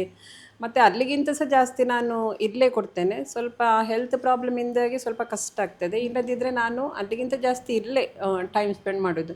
ಸಣ್ಣ ಇರುವಾಗ ನನ್ನ ಮಕ್ಕಳು ಹೇಳ್ತಿದ್ರು, ನಿಮಗೆ ಅಲ್ಲೇ ಇಷ್ಟ, ನಿಮಗೆ ಅಲ್ಲೇ ಪ್ರೀತಿ, ನಮ್ಮನ್ನು ನೀವೆಂತ ಕೇರ್ ಮಾಡೋದಿಲ್ಲ ಅಂತ. ಇವಾಗ ದೊಡ್ಡವರಾಗಿದ್ದಾರೆ, ಅವರಿಗೆ ಗೊತ್ತಾಗ್ತದೆ, ಹಾಂ ಮಮ್ಮ ಏನು ಮಾಡ್ತಾ ಇದ್ದಾರೆ, ಯಾಕೆ ಆಚೆ ಕೊಡ್ತಾ ಇದ್ದಾರೆ, ಅದೆಲ್ಲ ಅವರಿಗೆ ಅರ್ಥ ಆಗ್ತದೆ. ಸೊ ನಿಮ್ಮ ಮಕ್ಕಳು ನಿಮಗೆ ಯಾವತ್ತಾದ್ರೂ, ಈಗ ನಾನು ಸಹ ನನ್ನ ಅಮ್ಮ ಏನಾದರೂ ಕೆಲಸ ಮಾಡಿದ್ದು ಲೈಕ್ ನಮಗೆ ಪ್ರೌಡ್ ಫೀಲ್ ಆದಾಗ ಅವ್ರಿಗೆ ಅಪ್ರಿಸಿಯೇಷನ್ ಥರ ಅಥವಾ ಒಂದು ಹೇಳ್ತೇವೆ ಅಮ್ಮ ತುಂಬ ಖುಷಿ ಆಗ್ತಿದೆ ಅಂತ, so you are doing a noble job ಅಂತ ಹೇಳಿದ್ರೆ ಬಹುಶಃ ನಿಮ್ಮ ಮಕ್ಕಳಿಗೆ ತುಂಬ ಪ್ರೌಡ್ ಫೀಲ್ ಆಗ್ತದೆ. ಸೊ ಅದನ್ನು ಅವ್ರು ಎಕ್ಸ್ಪ್ರೆಸ್ ಮಾಡ್ತಾರೆ ಆಗ್ತದೆ. ಅವರು ಬಂದೇನಾದರೂ ಹೆಲ್ಪ್ ಮಾಡಿ? ಬಂದು ಈಗ ಮಕ್ಕಳಿಗೆ ಓದುವಾಗ ಹೇಳಿಕೊಡುವಂಥದ್ದು ಅಥವಾ ಡಾನ್ಸ್ ಅಥವಾ ಏನಾದರೂ ಒಂದು ಇದ್ದರೆ ಬರ್ತಾರೆ, ಹೇಳಿಕೊಡ್ತಾರೆ. ಒಟ್ಟೊಟ್ಟಿಗೆ ಮಿಂಗಲ್ ಆಗ್ತಾರೆ ಅವರು, ಮಕ್ಕಳು ಮತ್ತು ಇಲ್ಲಿಯ ಮಕ್ಕಳು ಹಾಗೆ ಸಪ್ರೇಟ್ ಅಂತ ಇಲ್ಲ, ಮಿಂಗಲ್ ಆಗ್ತಾರೆ. ಓಕೆ, ಈಗ ನಾವು ಸೊಸೈಟಿಯಲ್ಲಿರೋ ಒಂದು ಭಯದ ಬಗ್ಗೆ ಮಾತಾಡಿದ್ವಿ. ಅಂದರೆ ತುಂಬ ಜನರಿಗೆ ಅವರು ಎಲ್ಲೋ ಒಂದು ಕಡೆ ಇಲ್ಲಿಗೆ ವಿಸಿಟರ್ಸ್ ಆಗಿ ನಾವು ಏನಾದರೂ ಸೇವೆ ಮಾಡ್ತೇವೆ ಅಂತ ಬಂದರೂ ಕೂಡ ಅವ್ರಿಗೆ ಭಯ ಇರುತ್ತೆ ಅಂತ ಕೆಲವರಿಗೆ. ಸೊ ಅದು ಎಲ್ಲೋ ಒಂದು ಕಡೆ ಎಜುಕೇಶನ್ ಗ್ಯಾಪ್ ಅನ್ನೋದಕ್ಕಿಂತನೂ ಆ ಟ್ಯಾಬು ಅನ್ನೋಂಥದ್ದು ಹೋಗಲಿಲ್ಲ ಇನ್ನೂ ಕೂಡ 100% ಇದ್ದೇ ಇದೆ ಅಂತ. ನಿಮಗೆ ಆ ಟ್ಯಾಬು ಹೋಗ್ಸ್ಲಿಕ್ಕೆ ನೀವೇನು ಮಾಡಿ? ಬಿಕಾಸ್ ಈಗ ಪರ್ಸ್ನಲಿ ಎಲ್ಲರಿಗೂ ಇರ್ತದೆ, ನಾನು ಚೆನ್ನಾಗಿರ್ಬೇಕು, ನನಗೇನಾಗಬಾರ್ದು, ನನ್ನ ಮಕ್ಕಳಿಗೆ ಏನಾಗಬಾರ್ದು. ಸೊ ನೀವು ಸ್ಟಾರ್ಟ್ ಮಾಡುವಾಗ ನಿಮ್ಮಲ್ಲಿ ಆ ಒಂದು ಥಾಟ್ ಇತ್ತಾ? ಇಲ್ಲಿ ಸರ್ವಿಸ್ ಮಾಡಬೇಕು, ಆ ಮಕ್ಕಳಿಗೆ ಏನಾದರೂ ಮಾಡಬೇಕು ಯೂನಿಕ್ ಆಗಿರುವಂಥದ್ದಂತ ಹೇಳಿ ಒಂದು ನನ್ನ ಮೈಂಡಲ್ಲಿತ್ತು. ಇನ್ನೊಂದು, ಈ ಮಕ್ಕಳ ಜೊತೆ ಸ್ಟಾರ್ಟಿಂಗ್ ಸ್ಟಾಫ್ ಎಲ್ಲ ಬರುವುದಿಲ್ಲ. ಈಗ ನಾವು ಈ ಫೀಲ್ಡಿಗೆ ಬರುವಾಗ ಸ್ಟಾಫ್ ಎಲ್ಲ ಸಿಗೋದು ಸ್ವಲ್ಪ ಅಲ್ಲ ತುಂಬಾ ಕಷ್ಟ ಅಂತ ಹೇಳ್ಬೋದು. ಆ ಟೈಮಲ್ಲಿ ನಾನೇ ಬಾತ್ ಮಾಡಿಸ್ತಿದ್ದೆ, ನಾನೇ ಡ್ರೆಸ್ ಎಲ್ಲ ವಾಶ್ ಮಾಡ್ತಿದ್ದೆ, ಕುಕ್ಕಿಂಗ್ ಎಲ್ಲ ನಾನೊಬ್ಬಳೇ ಮಾಡ್ತಾ ಇದ್ದೆ. ಅಂಥ ಟೈಮಲ್ಲಿ ಮಕ್ಕಳು ಸಣ್ಣ ಇರುವಾಗ ಸ್ವಲ್ಪ ನಾನೇ ಅಲ್ಲಿ ಹೋಗಿ ಪುನಃ ಬಾತ್ ಮಾಡಿ ಎಲ್ಲ ಮಗುವನ್ನು ಎತ್ತುದು ಹಾಗೆಲ್ಲ ಮಾಡ್ತಿದ್ದೆ. ಆದರೆ ಅದರಲ್ಲೆಲ್ಲ ಅಲ್ಲ, ಇದು ಬರೋದು ಬ್ಲಡ್ಡಲ್ಲೇ. ಆದರೆ ಸಹ ಒಂದು ತಾಯಿಯಾಗಿ ಒಂದು ಮಕ್ಕಳ ಮೇಲೆ, ಅದೇ ನೀವು ಹೇಳಿದಾಗೆ, ನನಗೇನಾದರೂ ಆದರೂ ಪರವಾಗಿಲ್ಲ, ನನ್ನ ಮಗುವಿಗೆ ಬರಬಾರ್ದು ಅಂತೇಳಿ ಅಂಥ ಒಂದು ಕೇರ್ ಅನ್ನೋದು ಸ್ವಲ್ಪ ತಗೊಳ್ತಾ ಇದ್ದೆ. ಅಂದರೆ ಮನಸ್ಸಿನಲ್ಲಿ ಒಂದು ಆಗ್ತಿತ್ತು, ಮಕ್ಕಳಿಗೆ ಎಂತ ಆಗಬಾರ್ದು, ಸ್ವಲ್ಪ ಜಾಸ್ತಿ ಕೇರ್ ತಗೊಳ್ಬೇಕಂತ. ಆದರೆ ಟೈಮ್ ಹೋದಾಗೆ ನಾನು ತುಂಬ ಸಲ ಟೆಸ್ಟ್ ಮಾಡಿದೆ, ನನಗೇನೆ ಒಂದು ಸ್ಪಷ್ಟ ಆಯಿತು, ಅಷ್ಟು ಈಸಿಯಲ್ಲಿ ಬರುವಂಥದ್ದಲ್ಲ ಇದು. ಅದು ಮತ್ತೆ ನಮ್ಮ ಒಂದು ಎಂಥ ಹಣೆ ಬರ ಇರಬೇಕು ಹಾಗೆ. ಈಗ ಅವರದೊಂದು ಫ್ರೆಶ್ ಬ್ಲಡ್, ನಮ್ಮದೊಂದು ಫ್ರೆಶ್ ವುಂಡ್ ಅಂಥದ್ದು, ಅದು ಹಣೆ ಬರದಲ್ಲಿ ಇದ್ದರೆ ತಪ್ಪಿ ಬರ್ಬೋದು, ಬಿಟ್ಟರೆ ಇಲ್ಲದಿದ್ದರೆ ಅಂಥದ್ದು ಬರುವಂಥ ಚಾನ್ಸಸ್ ಇಲ್ಲ ಅಂತ. ಈಗ ಇಲ್ಲಿ ತುಂಬ ಜನ ಮಕ್ಕಳು ಬರ್ತಾರೆ, ಅವರಿಗೆ ಕೆಲವೊಬ್ರಿಗೆ ನೀವು ಹೇಳಿದಾಗ ಗೊತ್ತಿರುತ್ತೆ, ಇನ್ನು ಕೆಲವು ಮಕ್ಕಳಿಗೆ ಗೊತ್ತಿರೋದಿಲ್ಲ, ಸಣ್ಣ ಮಕ್ಕಳಿಗೆ. ಅವ್ರು ಬಂದಾಗ ಅವರ ಒಂದು ರೆಸ್ಪಾನ್ಸ್ ಹೇಗಿರುತ್ತೆ? ಅಂದರೆ ಅವರು ಹೇಗೆ ಆಕ್ಸೆಪ್ಟ್ ಮಾಡ್ತಾರೆ, ನಮ್ಮನ್ನು ಯಾಕೆ ಇಲ್ಲಿ ಕಳಿಸಿದ್ದಾರೆ, ಆ ರೀತಿ ಎಲ್ಲ ಕ್ವೆಶನ್ಸ್? ಇಲ್ಲ, ಹಾಗೆ ಯಾರು ಕ್ವಶನ್ ಮಾಡಲಿಲ್ಲ. ಬಂದಾಗ ಕೆಲವರು ಸ್ವಲ್ಪ ಟೈಮ್ ಅಳ್ತಾ ಇರ್ತಾರೆ, ಅಂದರೆ ಮನೆಯಿಂದ ದೂರ ಆದಾಗ ಅದು ಕಷ್ಟ ಆಗ್ತದೆ ಅವರಿಗೆ. ಮತ್ತು ಕೆಲವರು ಖುಷಿಯಲ್ಲಿ ಬರ್ತಾರೆ, ಮತ್ತು ಕೆಲವರಿಗೆ ಫುಡ್ಡೆಲ್ಲ ಸರಿ ಸಿಕ್ಕಿರುವುದಿಲ್ಲ, ಅದೆಲ್ಲ ತೊಂದರೆ ಇರ್ತಾರೆ. ಇಲ್ಲಿ ಬಂದು ಫುಡ್ಡೆಲ್ಲ ಸಿಗುವಾಗ ಅವರಿಗೆ ತುಂಬ ಖುಷಿ ಆಗ್ತದೆ. ಮತ್ತು ಕೆಲವೊಮ್ಮೆ ದೊಡ್ಡ ಮಕ್ಕಳೆಲ್ಲ ಸ್ವಲ್ಪ ಕ್ವಶನ್ ಎಲ್ಲ ಮಾಡ್ತಾರೆ, ನಮಗೆ ಹೀಗೆಲ್ಲ, ನಮಗೆ ಜಾಬ್ ಸಿಗಲಿಕ್ಕೆ ಕಷ್ಟ ಆಗ್ತದೆ, ನಿಮಗೆಲ್ಲ ಎಂತ ಆಗೋದಿಲ್ಲ, ನಾವೆಲ್ಲ ಸಾಯ್ತೇವಲ್ಲ, ನಮಗಿಂತಕ್ಕೆ ಏಮ್, ನಾವು ಯಾಕೆ ಕಲಿಯೋದು, ಅಂದರೆ ಆ ಥರ ಒಂದು ಸ್ವಲ್ಪ ಹೆಲ್ತ್ ಪ್ರಾಬ್ಲಮ್ ಬಂದಾಗ ಎಬವ್ 15 years ಆಗುವಾಗ ಅಂಥ ಒಂದು ಅವರಿಗೆ ಭಯ, ಒಂದು ಬೇಜಾರು ಆಗ್ತದೆ. ಮಕ್ಕಳು ಈಗ ಹಾಗೆಲ್ಲ ಕೇಳೋದು HIV ಅನ್ನೋಂಥದ್ದು ಏನಂದ್ರೆ ಅದಕ್ಕೆ ಪರ್ಮನೆಂಟ್ ಕ್ಯೂರ್ ಇಲ್ಲ ನಿಜ ಅಂದರೆ. ಸೊ ನಾವು ಒಂದು ಲೈಫನ್ನು ಪ್ರೊಲಾಂಗ್ ಮಾಡ್ಬೋದು, ಬಟ್ ಅಗೇನ್ ಅದರಲ್ಲಿ ತುಂಬ ಸಫರಿಂಗ್ ಇದೆ, ಅಂದರೆ ಸೈಡ್ ಎಫೆಕ್ಟ್ಸ್ ಮೆಡಿಸಿನ್ ಇದು ಜಾಸ್ತಿ ಇದೆ. ಸೊ ಹಾಗಾಗಿ ಒಂದು ಮಗು ಇನ್ ಕೇಸ್ ಸ್ಟಾರ್ಟಿಂಗ್ ಸ್ಟೇಜಲ್ಲಿ ನಮಗೆ ಗೊತ್ತಾಯಿತು HIV ಪಾಸಿಟಿವ್ ಅಂತ, ವೆರಿ ಇನಿಷಿಯಲ್ ಸ್ಟೇಜ್. ಆ ಮಗು ಒಂದು 4 ವರ್ಷ 5 ವರ್ಷ ಇರುವಾಗಲೇ ಗೊತ್ತಾಯಿತು ನಮಗೆ. ಆವಾಗ ಆ ಮಗುವಿದೊಂದು ಲೈಫ್ ಎಕ್ಸ್ಪೆಕ್ಟೆನ್ಸಿ ನೀವು ನೋಡಿದಾಗ ಇಲ್ಲಿ ತನಕ ಎಷ್ಟು ಹೈಯೆಸ್ಟ್ ಅಂದರೆ? ಈಗ ಇದ್ದಾರೆ ನಮ್ಮಲ್ಲಿ 24-26 ಇಯರ್ ಆದವರು ಇದ್ದಾರೆ. ಅಂದರೆ ನಾವು ನಮ್ಮದೇ ಇಲ್ಲಿಂದ ಮದುವೆ ಮಾಡಿ ಕೊಟ್ಟಿದ್ದೇವೆ. ಅವರು ಇದ್ದಾರೆ 26-27, ಅದಕ್ಕಿಂತ ಜಾಸ್ತಿ ವರ್ಷದವರು ಸಹ ಇದ್ದಾರೆ. ಇಲ್ಲಿಂದ ಬಿಟ್ಟು ಹೋದವರು ಸಹ ಇದ್ದಾರೆ, ಬೇರೆ ಬೇರೆ ಕಡೆ ವರ್ಕ್ ಮಾಡ್ತಾ ಇದ್ದಾರೆ. ಓಕೆ, 32 ಇಯರ್ಸ್ ಆದವರು ಸಹ ಇದ್ದಾರೆ. ಮತ್ತು ಸ್ವಲ್ಪ ಅವರಿಗೆ ಪ್ರೀತಿ ಕೊಡಬೇಕು, ಮೆಡಿಸಿನ್ ಕೇರ್ ತಗೊಳ್ಬೇಕು, ಮತ್ತು ಯೋಗ, ಎಕ್ಸಸೈಸ್, ನ್ಯೂಟ್ರಿಷನ್, ಫುಡ್ ಅದೆಲ್ಲವನ್ನು ಕೊಟ್ಟಾಗ ಮೊದಲಾದರೆ ಒಂದು ಭಯ ಇತ್ತು, ಅದು ಆದರೆ ಸಾಯುವುದಂತ. ಈಗ ಅಂಥ ಭಯ ಪಡಬೇಕಂತ ಏನು ಅವಶ್ಯಕತೆ ಇಲ್ಲ. ಸೊ ಈಗ HIV ಇರುವಂಥ ಮಕ್ಕಳು ಇಲ್ಲಿದ್ದಾರೆ, ಅವರ ಒಂದು ರುಟೀನ್ ಅಂತ ಹೇಳಿದರೆ ಅವರ ಫುಡ್, ಈಗ ನ್ಯೂಟ್ರಿಷಿಯಸ್ ಫುಡ್ ಕೊಡಬೇಕು ಹೇಳಿದರೆ, ಮೆಡಿಸಿನ್ ಕೊಡಬೇಕು, ಅವ್ರದ್ದೇ ಒಂದು ಹೆಲ್ತ್ ಕೇರ್ ಮೇಲೆ ನಾವು ಜಾಸ್ತಿ ಕಾನ್ಸಂಟ್ರೇಟ್ ಮಾಡಬೇಕಾಗ್ತದೆ. ಸೊ ಅದು ಹೇಗಿದೆ ಈಗ ನೀವು ಇಲ್ಲಿ ಹೇಗೆ ಒಂದು ಮಕ್ಕಳಿಗೆ ದಿನದಲ್ಲಿ ಏನೆಲ್ಲ ರುಟೀನ್ ಇದೆ, ಏನು ಫುಡ್ ತಿಂತಾರೆ? ಬೆಳಿಗ್ಗೆ ವ್ಯಾಯಾಮ, ಯೋಗ ಇದೆ. ಯೋಗ ಆದ ನಂತರ ಪ್ರೇಯರ್ ಇದೆ. ಪ್ರೇಯರ್ ಆದ ನಂತರ ಅವರಿಗೆ ಬೆಳಿಗ್ಗೆ ಒಂದೊಂದು ದಿನ ಒಂದೊಂದು ಮೆನುವನ್ನು ಹಾಕಿಕೊಂಡಿದ್ದೇವೆ. ಏನು ಅವರಿಗೆ ಒಳ್ಳೆಯದು ಕೆಟ್ಟದ್ದು ಅದನ್ನು ಯೋಚನೆ ಮಾಡಿಕೊಂಡೇ ಮೆನು ಚಾರ್ಟ್ ಇರುವಂಥದ್ದು. ಮತ್ತು ಎಕ್ಸ್ಪ್ಲೇನ್ ಮಾಡಬೇಕು ಬೆಳಿಗ್ಗೆ ಏನು ಮೆನು. ಒಂದು ದಿನ ಪೂರಿ ಭಾಜಿ ಇದ್ದರೆ, ಒಂದು ದಿನ ದೋಸೆ ಚಟ್ನಿ, ಒಂದು ದಿನ ಪಲಾವ್, ಒಂದು ದಿನ ಎಗ್ ಮತ್ತು ಬ್ರೆಡ್, ಹಾಗೆ ಬೇರೆ ಬೇರೆ. ನಾರ್ಮಲ್ ಮತ್ತು ಈಗ ಮೊಳಕೆ ಬಂದ ಕಾಳುಗಳು ಮತ್ತು ಹಸಿರು ಸೊಪ್ಪುಗಳು, ಮತ್ತು ಎಗ್ ಸ್ವಲ್ಪ ಜಾಸ್ತಿ. ಹಾಗೆ ಮತ್ತು ಕೆಲವೊಮ್ಮೆ ಸಾಧ್ಯ ಆದರೆ ಈಗ ಪ್ರೋಟೀನ್ ಪೌಡರ್ ಏನಾದರೂ ಅಂಥದ್ದು ಕೊಡ್ತೇವೆ. ಮತ್ತು ಮಿಲ್ಕ್ 2 ಟೈಮ್ ಹಾಗೆ ನಾವು ಕೊಡ್ತೇವೆ. ಮಕ್ಕಳೇ ಕೆಲವೊಮ್ಮೆ ಮಿಲ್ಕ್ ಕುಡಿಲಿಕ್ಕೆ ಹಿಂಜರಿಯುವುದು ಬಿಟ್ಟರೆ ಇಲ್ಲಿ ನಾವು ಕೊಡ್ತೇವೆ. ಮತ್ತೆ ಮಕ್ಕಳಿಗೆ ಇದೆಲ್ಲ ಕೊಡುವಂಥದ್ದು, ಬಟ್ ಇಂಥದ್ದು ಕೊಡಬಾರ್ದು ಅಂತ ನೀವು ಅವಾಯ್ಡ್ ಮಾಡುವಂಥದ್ದು ಯಾವುದಿಲ್ಲ? ಯಾವುದು ಇಲ್ಲ. ಅಂದರೆ ಜಾಸ್ತಿಯಾಗಿ ಡೈಜೆಷನ್ ಆಗದಂಥದ್ದು ಸ್ವಲ್ಪ, ಅದು ನಮಗೂ ಕೂಡ ಕಷ್ಟ ಆಗ್ತದೆ ಡೈಜೆಷನ್ ಆಗದಂಥದ್ದು. ಕೆಲವರಿಗೆ ಸ್ಪೈಸಿ ಆಗೋದಿಲ್ಲ, ಸ್ವಲ್ಪ ಆಯಿಲಿ ಫುಡ್ ಆಗೋದಿಲ್ಲ, ನಾನ್ ವೆಜ್ ಎಲ್ಲ ಆದರೆ ಅವರಿಗೆ. ಅಂದರೆ HIV ಇರುವವರಿಗೆ ಸ್ವಲ್ಪ ಲೂಸ್ ಮೋಷನ್ ಅದಿದೆಲ್ಲ ಸ್ವಲ್ಪ ಬೇಗ ಸ್ಟಾರ್ಟ್ ಆಗ್ತದೆ. ಆದ ಕಾರಣ ಸ್ವಲ್ಪ ಅದನ್ನು ಸ್ವಲ್ಪ ಸ್ಪೈಸಿ ಅದೆಲ್ಲ ಸ್ವಲ್ಪ ಅವಾಯ್ಡ್ ಮಾಡ್ತೇವೆ. ಸ್ವಲ್ಪ ಆಯಿಲಿ ಅದೆಲ್ಲ ಸ್ವಲ್ಪ ಅವಾಯ್ಡ್ ಮಾಡುವಂಥದ್ದು. ಮತ್ತು ಬೇರೆ ಯಾವುದು ತಿನ್ಬೋದು ಹಾಗೇನಿಲ್ಲ. ಸೊ ಈಗ ನಾನು ನೋಡಿದಾಗ ಅದರದ್ದು ಮೆಡಿಸಿನ್ ಏನಿರ್ತದೆ ಅದು ತುಂಬ ಸ್ಟ್ರಾಂಗ್ ಆ್ಯಕ್ಚುಲಿ. ಹೌದು, ART. ಸೊ ಅದರಲ್ಲಿ ನಿಮಗೆ ತುಂಬ ಸೈಡ್ ಎಫೆಕ್ಟ್ಸ್, ಗ್ಯಾಸ್ಟ್ರಿಕ್ ಆಗುವಂಥದ್ದು ಮತ್ತು ಲೈಕ್ ತುಂಬ ಇರ್ತದೆ. ಸೊ ನೀವು ಮಕ್ಕಳಲ್ಲಿ ಎಲ್ಲೋ ಒಂದು ಕಡೆ ಸಣ್ಣ ಸಣ್ಣ ಮಕ್ಕಳು ಅದರ ಸೈಡ್ ಎಫೆಕ್ಟ್ಸನ್ನೆಲ್ಲ ತಡ್ಕೊಳ್ಳುವಾಗ ಲೈಕ್ ಹೇಗಿರ್ತದೆ ಅವರಿಗೆ? ಅದು ಮೆಡಿಸಿನ್ ಕೊಡುವಾಗ ಒಂದು 2 ಮಂತ್ 3 ಮಂತ್ ಕೆಲವರಿಗೆ ಸೆಟ್ ಆಗುವಾಗ ತುಂಬ ವೀಕ್ನೆಸ್ ಹಾಗೆಲ್ಲ ಮಲಗಿ ಇರ್ತಾರೆ ಸ್ವಲ್ಪ, ಮತ್ತೆ ಮತ್ತೆ ಸೆಟ್ ಆಗ್ತದೆ. ಅದ ನಂತರ ಓಕೆ, ಅದು ಮೆಡಿಸಿನ್ ತಗೊಂಡಿಂದ ಬೆಟರ್ ಉಂಟು, ಅವರು ಬೆಟರ್ ಇದ್ದಾರೆ. ಸೊ ಈಗ ಮತ್ತೊಂದು ಸೀಸನ್ ಬರ್ಬೋದು. ಈಗ ಫಾರ್ ಎಕ್ಸಾಂಪಲ್ ಇವಾಗ ನಾವು ಮಂಗಳೂರಲ್ಲಿ ನೋಡಿದರೆ ಎಲ್ಲರಿಗೂ ಶೀತ ಜ್ವರ ಕೆಮ್ಮು ಇದೆ, ಮಳೆಗಾಲದ ಸೀಸನ್, ವೈರಲ್. ಬಟ್ ಅದು ನಾರ್ಮಲ್ ಜನರಿಗೂ HIV ಇರುವಂಥ ಮಕ್ಕಳಿಗೂ ತುಂಬ ಡಿಫ್ರೆನ್ಸ್ ಆಗ್ತದೆ. ಯಾಕಂದರೆ ನಮಗೆ ಬಂದರೆ ಒಂದು ವಾರದಲ್ಲಿ ಕಮ್ಮಿ ಆಗುತ್ತೆ ಅನ್ನುವಂಥ ಕಾನ್ಫಿಡೆನ್ಸ್, ಬಟ್ HIV ಇರೋ ಕಾರಣ ಇಮ್ಯುನಿಟಿ ತುಂಬ ಕಮ್ಮಿ ಆಗಿರುವ ಕಾರಣ ಒಂದು ಯಾರಿಗಾದ್ರೂ ಇದ್ರೆ ಬೇಗನೆ ಸ್ಪ್ರೆಡ್ ಆಗ್ತದೆ. ಇನ್ನೊಂದು ಸ್ವಲ್ಪ ಲಾಂಗ್ ಟೈಮ್ ಹೋಗ್ತದೆ. ಅದಕ್ಕೆ ನಾವು ಇಮಿಡಿಯೇಟ್ ಮೆಡಿಸಿನನ್ನು ಮಾಡಬೇಕು. ಅಂದರೆ ಶೀತ ಇದೆ ನಾಳೆ ಕಮ್ಮಿ ಆಗ್ಬೋದು, ಜ್ವರ ಇದೆ ಕಮ್ಮಿ, ಹಾಗೆಲ್ಲ ಅದಕ್ಕೆ ಇಮಿಡಿಯೇಟ್ ಮಾಡಿದರೆ ಇಮಿಡಿಯೇಟ್ ಕಮ್ಮಿ ಆಗ್ತದೆ, ಇಲ್ಲದಿದ್ದರೆ ತುಂಬ ಟೈಮ್ ಹೋಗ್ತದೆ ಮತ್ತೆ. ಸೊ ಆ ರೀತಿ ಯಾವುದಾದ್ರೂ ಇನ್ಸಿಡೆಂಟ್ಸ್ ಇದೆ? ಅಂದರೆ ಅವ್ರಿಗೆ ಆ್ಯಕ್ಚುಲಿ HIV ಅನ್ನುವಂಥದ್ದು ಆ್ಯಸ್ ಇಟ್ ಈಸ್ ಅದರಿಂದ ಡೆತ್ ಆಗುವಂಥದ್ದಲ್ಲ, ಅದರಿಂದಾಗಿ ಎಲ್ಲ ಇಮ್ಯುನಿಟಿ ಕಮ್ಮಿ ಆಗಿ ಬೇರೆ ಯಾವುದೋ ಒಂದು ಬಂದು ನಮಗೆ ಅದು ಮತ್ತೆ ಕ್ಯೂರ್ ಆಗಲಿಕ್ಕೆ ಸಾಧ್ಯ ಆಗೋದಿಲ್ಲ. ಹಾಗೆ ಅದು ಈಗ ಡೆತ್ ಆಗುವಾಗ ಸಹ ಇದರಲ್ಲಿ ಡಿಸ್ಚಾರ್ಜ್ ಸಮಾರಿಯಲ್ಲಿ HIV ಡೆತ್ ಅಂತ ಕೊಡೋದಿಲ್ಲ. ಆ ಟೈಮಲ್ಲಿ ಯಾವುದು ಹೆಲ್ತ್ ಇಶ್ಯೂಸ್ ಇತ್ತು ಅದನ್ನು ಅವರು ಮೆನ್ಷನ್ ಮಾಡ್ತಾರೆ. ಎಸ್. ಸೊ ಹಾಗಾಗಿ ಇಲ್ಲಿ ತನಕ ನೀವು ಏನೆಲ್ಲ ಡೆತ್ಸ್ ಆಗಿದೆ ಹೇಳಿದ್ರಿ, ಸೊ ಅದರಲ್ಲಿ ಯಾವ ರೀಸನ್ನಿಗೆ ಜಾಸ್ತಿ ಇದಾಗ್ತದೆ? ಒಂದು ಕ್ಯಾನ್ಸರ್, ಲಿವರ್, ಲಂಗ್ಸ್, ಮತ್ತು ಕೆಲವೊಂದು ಸಡನ್ ಡೆತ್ ಆಗ್ತದೆ. ಅದು ಏನಂತ ಈಗ ನಮಗೆ ಗೊತ್ತಾಗೋದಿಲ್ಲ. ಅಂದರೆ ಈಗ ಮಾರ್ನಿಂಗ್ ಅಡ್ಮಿಷನ್ ಮಾಡಿ ಒಂದು 2-3 ಅವರ್ಸಲ್ಲಿ ಡೆತ್ ಆಗೋದು. ಒಂದು ಕೆಲವೊಮ್ಮೆ ಕಾಲು ನೋವು ಇಲ್ಲದ್ರೆ ಬ್ಯಾಕ್ ಪೇನ್ ಅಂತ ಹೇಳ್ತಾರೆ, ಸಡನ್ ಡೆತ್ ಆಗ್ತದೆ. ಮತ್ತು ಕೆಲವೊಮ್ಮೆ ಬ್ರೈನ್ TB ಹಾಗೆ ಎಲ್ಲ. ಓಕೆ. ಸೊ ನೀವು ಇಲ್ಲಿ ಸ್ನೇಹದೀಪ ನಿಮ್ಮದು ಒಂದು ಫ್ಯಾಮಿಲಿ ಮತ್ತು ನಿಮ್ಮ ಪರ್ಸ್ನಲ್ ಲೈಫ್ ಇದೆ. ಸೊ ನಿಮ್ಮ ಒಂದು ಚೈಲ್ಡ್ಹುಡ್ ಹೇಗಿತ್ತು, ನಿಮ್ಮ ಒಂದು ಲೈಕ್ ಬಿಕಾಸ್ ಇಷ್ಟು ನೋಬಲ್ ಕಾಸಿಗೆ ನಾವು ನಮ್ಮ ಒಂದು ಇಡೀ ಲೈಫನ್ನು ನಾವು ಮುಡಿಪಾಗಿಡಬೇಕಾದ್ರೆ ಖಂಡಿತ ಅಷ್ಟು ಇಂಪ್ಯಾಕ್ಟ್ಫುಲ್ ಚೈಲ್ಡ್ಹುಡ್ ನಿಮ್ಮದಾಗಿರಬೇಕು. ಸೊ ನಿಮ್ಮ ಚೈಲ್ಡ್ಹುಡ್ ಹೇಗಿತ್ತು? ಚೈಲ್ಡ್ಹುಡ್ ಈಗಕ್ಕೆ ಮತ್ತು ಮೊದಲಿಗೆ ಕಂಪೇರ್ ಮಾಡಿದರೆ ತುಂಬ ವ್ಯತ್ಯಾಸ ಇದೆ. ಇವಾಗ ಅದು ಮಕ್ಕಳಿಗೆ ತುಂಬ ಫ್ರೀಡಮ್, ಬೇಕಾದಷ್ಟು ಎಲ್ಲ ಕೂಡ ಇದೆ, ಯಾವುದು ಕಮ್ಮಿ ಅಂತ ಇಲ್ಲ.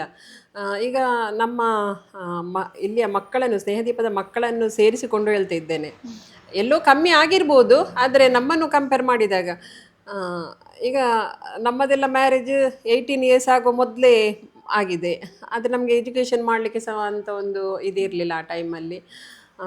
ಇನ್ನು ನಡ್ಕೊಂಡು ಹೋಗ್ತಿದ್ದೇವೆ ಎಷ್ಟೋ ಕಡೆ ಸ್ಕೂಲಿಗೆ, ಎಷ್ಟೋ ದೂರ. ಯೂನಿಫಾರ್ಮ್ ಇದ್ದರೆ ಇತ್ತು, ಇಲ್ಲದಿದ್ದರೆ ಇಲ್ಲ. ಅದು ಟೀಚರಲ್ಲಿ ಬೈಸಿಕೊಂಡು, ಕಾಲಿಗೆ ಚಪ್ಪಲಿಲ್ಲ, ಬ್ಯಾಗ್ ಇಲ್ಲ, ಪೆನ್ ಇಲ್ಲ, ಪೆನ್ಸಿಲ್ ಇಲ್ಲ.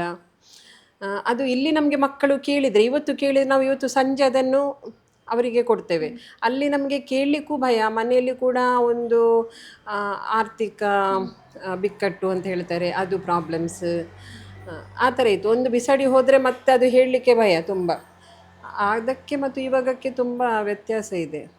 ನಂತರ ನೀವು ಈ ಒಂದು ಸ್ನೇಹದೀಪ ಪ್ರಾರಂಭ ಮಾಡಬೇಕು ಅಂತ ನಿಮ್ಮಲ್ಲಿ ಥಾಟ್ ಬಂತು, ಬಟ್ ನಿಮ್ಮ ಫ್ಯಾಮಿಲಿ ಸಪೋರ್ಟ್ ಹೇಗಿತ್ತು? ನಿಮ್ಮ ಫ್ಯಾಮಿಲಿಯಲ್ಲಿ ಯಾರೆಲ್ಲ ಇದ್ದಾರೆ? ಫ್ಯಾಮಿಲಿ ಅಂತ ಹೇಳಿದರೆ, ಒಂದು ಬಾಲ್ಯತನ ಅಂತ ಹೇಳಿದರೆ ನಮ್ಮದು ಕಷ್ಟ ಅಂತ ಹೇಳಿದರೆ, ನಾವು 5 ಜನ ಹೆಣ್ಣು ಮಕ್ಕಳಿದ್ದದ್ದು. ಹಾಗಾಗಿ ಸ್ವಲ್ಪ ಎಜುಕೇಷನ್ ಕೊಡಲಿಕ್ಕೆ ಸ್ವಲ್ಪ ಹಿಂಜರಿತ ಇತ್ತು ಆ ಟೈಮಲ್ಲಿ ಕೂಡ. ಮಾತ್ರ PUCಗೆ ನಾನು ಬರುವಾಗಲೇ ನನಗೆ ಯಾಕೆ ಹೆಣ್ಣು ಮಕ್ಕಳನ್ನು ಕಲಿಸೋದು ಅಂತ ಕ್ವಶನ್ಗಳು ಬರ್ತಾ ಇತ್ತು ಆ ಟೈಮಲ್ಲೇ. ಅಲ್ಲಿಂದ ನನಗೆ ಹಠ ಜಾಸ್ತಿ ಆಗಿತ್ತು, ಕಲಿಬೇಕು, ಕಲಿತು ಏನು ಮಾಡೋದನ್ನು ಮುಂದೆ ನಾನೊಂದು ನಿಲ್ಲಬೇಕು ಅನ್ನುವ ಆ ಟೈಮಲ್ಲೇ ಇತ್ತು. ಮತ್ತು ಇವಾಗೇನು ಕೇಳಿದ್ರಿ, ಫ್ಯಾಮಿಲಿಯಲ್ಲಿ ಯಾರೆಲ್ಲ? ಫ್ಯಾಮಿಲಿಯಲ್ಲಿ ನನಗೆ ನಾನು ಸ್ಟಾರ್ಟ್ ಮಾಡಿದ್ದು ಯಾರಿಗೂ ಗೊತ್ತಿರಲಿಲ್ಲ. ಗೊತ್ತಿಲ್ಲ ಅಂತ ಹೇಳಿದರೆ ನನಗೊಂದು ಭಯ ಇತ್ತು. ಈ ಫ್ಯೂನರಲ್ ಮಾಡುವಾಗ ಸ್ಮಶಾನಕ್ಕೆಲ್ಲ ಹೋಗೋದು, ಎಲ್ಲಿ ನನ್ನನ್ನು ಸ್ಟಾಪ್ ಮಾಡಿಸ್ಬೋದು, ಅದರಿಂದ ನಾನು ನನ್ನ ಕೆಲಸಕ್ಕೆ ಏನು ನನ್ನ ಕನಸಿದೆ ಅದು ಹಿಂದೆ ಆಗ್ಬೋದು ಅಂತ ಹೇಳಿಕೊಂಡು ನಾನು ಹೇಳಿಲ್ಲ. ಯಾಕೆಂತೇಳಿದರೆ ಅವರಿಗೊಂದು, ತಂದೆ ತಾಯಿಗೊಂದು ಇರ್ತದೆ ಕಾಳಜಿ. ಈಗ ನಮ್ಮ ಮುಸ್ಲಿಂ ಧರ್ಮದಲ್ಲಿ ನಮಗೆ ದಫನ್ ಮಾಡೋ ಪ್ಲೇಸಿಗೆ ಹೋಗಲಿಕ್ಕಿಲ್ಲ, ಹೆಣ್ಣು ಮಕ್ಕಳು ಹೋಗಲಿಕ್ಕಿಲ್ಲ. ಇನ್ನು ಸ್ಮಶಾನಕ್ಕೆ ಯಾಕೆ ಹೋಗೋದು ಅಂತ ಒಂದು ಕ್ವಶನ್ ಮಾಡಲಿಲ್ಲ. ಆದರೆ ಬಂದರೆ ಅವರು ಒಂದು ಕಾಳಜಿಯಲ್ಲಿ ಅವರು ಕೇಳ್ಬೋದಂತ ಒಂದು ಭಯದಿಂದ ನಾನು ಅವರಿಗೆ ಹೇಳಲಿಲ್ಲ. ಸ್ಟಾರ್ಟ್ ಮಾಡಿ ಒಂದೂವರೆ ವರ್ಷ ಆಗಿದೆ. ಆದ ನಂತರ ಅವರಿಗೆ ಗೊತ್ತಾದದ್ದು. ಮತ್ತು ಆ ಟೈಮಲ್ಲಿ ನನಗೆ ಸಹ ಗೊತ್ತಿಲ್ಲ, ಈಗ ಸೋಷಿಯಲ್ ಮೀಡಿಯಾದಲ್ಲಿ ಬರ್ತದೆ, ಹೀಗೆ ಮಾತಾಡಲಿಕ್ಕೆ ಇರ್ಬೋದು, ಗೊತ್ತಾಗ್ಬೋದು ಅಂತ. ಅದು ನನ್ನ ಮನಸ್ಸಿಗೆ ಅದರ ಬಗ್ಗೆ ಏನೋ ಒಂದು ಅದರ ನಾಲೆಜೇ ಇರಲಿಲ್ಲ. ಒಂದು ದಿನ ನಾನು ಫ್ಯೂನರಲ್ ಮಾಡಿ ಬರುವಾಗ ಲೇಟ್ ಆಯಿತು, ತುಂಬ ಲೇಟ್ ಆಯಿತು. ತುಂಬ ಲೇಟ್ ಆಗುವಾಗ ಒಂದಷ್ಟು ಕ್ವಶನ್ಗಳು ಬರ್ತಿತ್ತು, ಯಾಕೆ ಲೇಟ್ ಆಗ್ತದೆ ಬರುವಾಗ ಅಂತ ಹೇಳಿಕೊಂಡು. ಹಾಗಾಗಿ ನನಗೆ ಆ ದಿನ ನಾನು ಹೇಳಿದೆ, ಹೀಗೆ ಒಂದು ಮಗು ಡೆತ್ ಆಗಿದೆ, ಹೀಗೆ ಫ್ಯೂನರಲ್ ಮಾಡಿಕೊಂಡು ಬಂದೆ ಅಂತ. ಆವತ್ತಿನ ನಂತರ ಅವರು ಯಾವತ್ತೂ ಫೈನಾನ್ಷಿಯಲ್ ಸಪೋರ್ಟ್ ಮಾಡಲಿಕ್ಕೆ ಅವರಿಗಷ್ಟು ಸಾಧ್ಯ ಆಗಲಿಲ್ಲ, ಆದರೆ ನನ್ನೊಟ್ಟಿಗೆ ಯಾವಾಗಲೂ ಇದ್ದಾರೆ. ಈಗ ಲಾಸ್ಟ್ ಒಂದು ಡೆತ್ ಆಯಿತು, ಆ ಟೈಮಲ್ಲಿ ಅವಳ ಫ್ಯಾಮಿಲಿಯಿಂದ ಯಾರೂ ಬಂದಿರಲಿಲ್ಲ. ಆಲ್ಮೋಸ್ಟ್ ನನ್ನ ಮನೆಯವರೇ ಇದ್ದದ್ದು ಫ್ಯೂನರಲ್ ಮಾಡುವಾಗ ಅಲ್ಲಿ. ಈಗ ಗೊತ್ತಿದೆ ನನಗೆ ಫುಲ್ ಸಪೋರ್ಟ್ ಇದ್ದಾರೆ, ಅದರಿಂದ ನನಗೆ ಯಾವತ್ತೂ ಇದು ಮಾಡಲಿಲ್ಲ. ಈಗ ನೀವು ಎಷ್ಟು ಜನ ಮಕ್ಕಳಿದ್ದಾರಲ್ಲ, ಅವರು ಮಕ್ಕಳು ಎಲ್ಲೋ ಒಂದು ಕಡೆ ಮೆಂಟಲಿ ಅವರಿಗೆ ಒಮ್ಮೆ ನೀವು ಹೇಳಿದ್ರಿ ಯಾಕೆ ನಮಗೆ ಏಮ್ ಆ ಥರ ಎಲ್ಲ ಕೇಳ್ತಾರೆ ಅಂತ. ಬಟ್ ಅವ್ರಿಗೆ ಫಿಸಿಕಲ್ ಪ್ರಾಬ್ಲಮ್ಸ್ ಅಲ್ಲದೆ ಕೇವಲ ಅವ್ರು ಮೆಂಟಲಿ ಒಂದು ಬೇರೆ ಸಮಾಜ ನಮ್ಮನ್ನು ಹೇಗೆ ನೋಡ್ತಾರೆ ಅಂಥದ್ರಿಂದೆಲ್ಲ ತುಂಬ ಪ್ರಾಬ್ಲಮಿಗೆ ಒಳಪಟ್ಟಿರುವಂತೆ ಅದರ ಇನ್ಸಿಡೆಂಟ್ ಅಂತ? ಇಲ್ಲ, ಅಂಥದ್ದೊಂದು ಪ್ರಾಬ್ಲಮ್ ಆದರೆ ನಾನು 2 ಪಟ್ಟು ಫೈಟ್ ಮಾಡ್ತೇನೆ ಅಲ್ಲಿ. ಯಾಕೆ ಆಗಬಾರ್ದು? ಯಾವುದೋ ಒಂದು ಇದರಲ್ಲಿ ITA ಇದರಲ್ಲಿ ಪ್ರೈವೇಟಲ್ಲಿ ಒಂದು 6 month ಕೋರ್ಸ್, 1 year ಕೋರ್ಸ್ ಅಂತ ಇತ್ತು. ಅಲ್ಲಿ ಅಲ್ಲಿ ಒಂದು ನಾವು ಹೇಳಬೇಕಾಗ್ತದೆ ಹೀಗೆ ಹೇಗೆ ಅಂತ. ಯಾಕೆ ಹೇಳೋದಂತ ಹೇಳಿದರೆ ಸ್ವಲ್ಪ ಪ್ರಿಕಾಷನ್ ತಗೊಳ್ಬೇಕು ಅನ್ನೋ ಉದ್ದೇಶದಿಂದ ಹೇಳ್ತೇವೆ. ಅಲ್ಲಿ ಇನ್ಸ್ಟ್ರೂಮೆಂಟಲ್ಲೆಲ್ಲ ಯೂಸ್ ಮಾಡುವಾಗ ಏನಾದರೂ ಬ್ಲಡ್ ಬಂದರೆ ಅಂತ ಅಲ್ಲಿ ಒಬ್ಬರು ಟೀಚಿಂಗ್ ಮಾಡುವವರಿಗೆ ನಾವು ಹೇಳ್ತಾ ಇದ್ದೆವು. ಅವರು ನನಗೆ ಇಮಿಡಿಯೇಟ್ ಹೇಳಿದರು, ಇಲ್ಲ ನಿಮ್ಮ ಮಗುವಿಗೆ ನಮಗೆ ಎಜುಕೇಷನ್ ಕೊಡಲಿಕ್ಕೆ ಸಾಧ್ಯ ಇಲ್ಲ ಅಂತೇಳಿ. ಅದಕ್ಕೆ ನಾನು ಹೇಳಿದೆ, ಯಾವ ಲಾದಲ್ಲಿ ಇದೆ ಎಜುಕೇಷನ್ ಕೊಡಬಾರ್ದು ಅಂತ ಹೇಳಿ, ಈ ಮಕ್ಕಳಿಗೆ ಕೊಡಬಾರ್ದು ಅಂತ ಎಲ್ಲಿ ಸಹ ಇಲ್ಲಲ್ಲ. ನಾನು ಹೇಳಿದಿದ್ರೆ ನಿಮಗೆ ಗೊತ್ತಾಗ್ತಿರ್ಲಿಲ್ಲಲ್ಲ. ನಾನು ನಿಮಗೆ 1 ವೀಕ್ ಟೈಮ್ ಕೊಡ್ತೇನೆ ಅಂತ ಹೇಳಿದೆ. ಇಲ್ಲದಿದ್ದರೆ ನೀವು ಹೇಗೆ ಇನ್ಸ್ಟಿಟ್ಯೂಷನ್ ಕಂಟಿನ್ಯೂ ಮಾಡ್ತೀರಿ ಅಂತ ನಾನು ಕ್ವೆಶ್ಚನ್ ಮಾಡಿದೆ ಅಲ್ಲಿ. ಅದ ನಂತರ ಅವರೇ ಕರೆದರು, ಇಲ್ಲ ಮಾಡಲಿ, ಸ್ವಲ್ಪ ಜಾಗ್ರತೆ ಮಾಡಲಿಕ್ಕೆ ಹೇಳಿ ಅಂತ ಹೇಳಿಕೊಂಡು. ಅದೇ ಇಲ್ಲಿ ಕೂಡ ಅಷ್ಟೇ, ನಾನು ಯಾವುದೂ ಹೈಸ್ಕೂಲ್ ಆಗಲಿ ಅಲ್ಲಿ ಮಕ್ಕಳಿಗೆ ಏನಾದರೂ ತೊಂದರೆ ಆದರೆ, ಈಗ ನಾವು ನಮ್ಮ ಮಕ್ಕಳಿಗೆ ತೊಂದರೆ ಆದಾಗ ನಾವು ಹೋಗಿ ಕೇಳ್ತೇವಲ್ಲ, ಹಾಗೆ ಇವರಿಗೆ ಸಹ ಕೇಳಲಿಕ್ಕೆ ಯಾರೂ ಇಲ್ಲ ಅಂತ ಹೇಳಿ ನಾನು ಬಿಡುವುದಿಲ್ಲ. ಅವರಿಗೆ ನಾವು ಇದ್ದೇವೆ, ಎಲ್ಲದರಲ್ಲಿ ಸಹ ಇದ್ದೇವೆ. 100ಕ್ಕೆ 100 ತಾಯಿಯಾಗಿ ಒಂದು ಕೆಲಸ ಮಾಡಲಿಕ್ಕೆ ಆಗದಿರ್ಬೋದು, ಬಟ್ ಅದಕ್ಕೆ ಸಂಬಂಧಪಟ್ಟ ಎಲ್ಲ ರೋಲ್ಗಳನ್ನು ನಾನು ಮಾಡ್ತೇನೆ. ಇಲ್ಲ, ನೀವು ಹೇಳಿದ್ರಿ 100ಕ್ಕೆ 100 ತಾಯಿಯಾಗಿ ಮಾಡಲಿಕ್ಕೆ ಆಗದಿರ್ಬೋದಂತ. ಬಂದಾಗಲಿಂದ ಈಗ ನಾನು ನೋಡ್ತೇನೆ, ನೀವು ಮತ್ತು ಇನ್ನೊಬ್ಬರು ಸರಸ್ವತಿ ಮ್ಯಾಮ್, ಅಂದರೆ ಮಕ್ಕಳನ್ನು ಈಗೊಂದು ಈಚೆ ಬಾ ಮಗ, ಅದು ಸಣ್ಣ ಸಣ್ಣ ಥಿಂಗ್ಸನ್ನು ನಾವು ಅಬ್ಸರ್ವ್ ಮಾಡ್ತೇವೆ. ನಮಗೆ ನೀವು ಮಾಡುವಂಥ ದೊಡ್ಡ ದೊಡ್ಡ ನೀವೇನು ಕೊಟ್ರಿ, ಏನು ಮಾಡಿದ್ರೆ ಅದು ಮ್ಯಾಟ್ರ್ ಆಗೋದಿಲ್ಲ. ಆ್ಯಕ್ಚುಲಿ ನಾವು ನೋಡುವಂಥದ್ದು ಸಣ್ಣ ಸಣ್ಣ ಅಬ್ಸರ್ವೇಷನ್. ಅದು ಯಾವಾಗ ನಾವು ಎಲ್ಲೋ ಬೇರೆ ನೋಡ್ತಿರುವಾಗ ನೀವು ಮಕ್ಕಳೊಟ್ಟಿಗೆ ಹೇಗೆ ಬಿಹೇವ್ ಮಾಡ್ತಾರೆ, ಅದನ್ನೆಲ್ಲ ನಾನು ಬಂದಲಿಂದ ನೋಟ್ ಮಾಡ್ತಾ ಇದ್ದೆ. ಈವನ್ ಅನಿತಾ ಮ್ಯಾಮ್ ಕೂಡ ಬಂದಿದ್ರು ಈಗ. ಸೊ ಅವರೆಲ್ಲ ಹೇಗೆ ಒಂದು ನಿಮ್ಮ ಒಂದು ಇಡೀ ಅಟ್ಮಾಸ್ಫಿಯರ್ ನೋಡಿದರೆ, ಇಲ್ಲಿ ಮಕ್ಕಳು ಎಲ್ಲೋ ಒಂದು ಕಡೆ ಖಂಡಿತ ಒಂದು ತಾಯಿಯ ಪ್ರೀತಿಯನ್ನು ನಾವು 100% ಮ್ಯಾಚ್ ಮಾಡಲಿಕ್ಕೆ ಯಾರಿಂದಲೂ ಸಾಧ್ಯ ಇಲ್ಲ.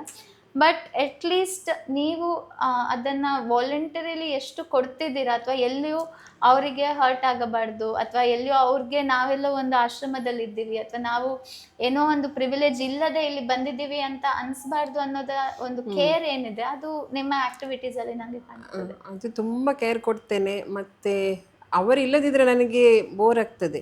ಯಾವಾಗಲೂ ಅವರ ಸೌಂಡು ಕೇಳಲೇಬೇಕು. ಸ್ವಲ್ಪ ಜಾಸ್ತಿ ಆದಾಗ ಬೈತೇವೆ, ಅದು ಯಾಕೆಂದರೆ ಅವರನ್ನು ಸರಿ ಮಾಡಬೇಕು. ಮತ್ತು ಎಲ್ಲ ಮಕ್ಕಳ ಅದು ಬಿಟ್ಟು ಬಿಟ್ಟರೆ ನಮಗೆ ನೋಡಲಿಕ್ಕೆ ಆಗಲಿಕ್ಕಿಲ್ಲ, ಅಷ್ಟಕ್ಕೆ ಇರ್ಬೋದು.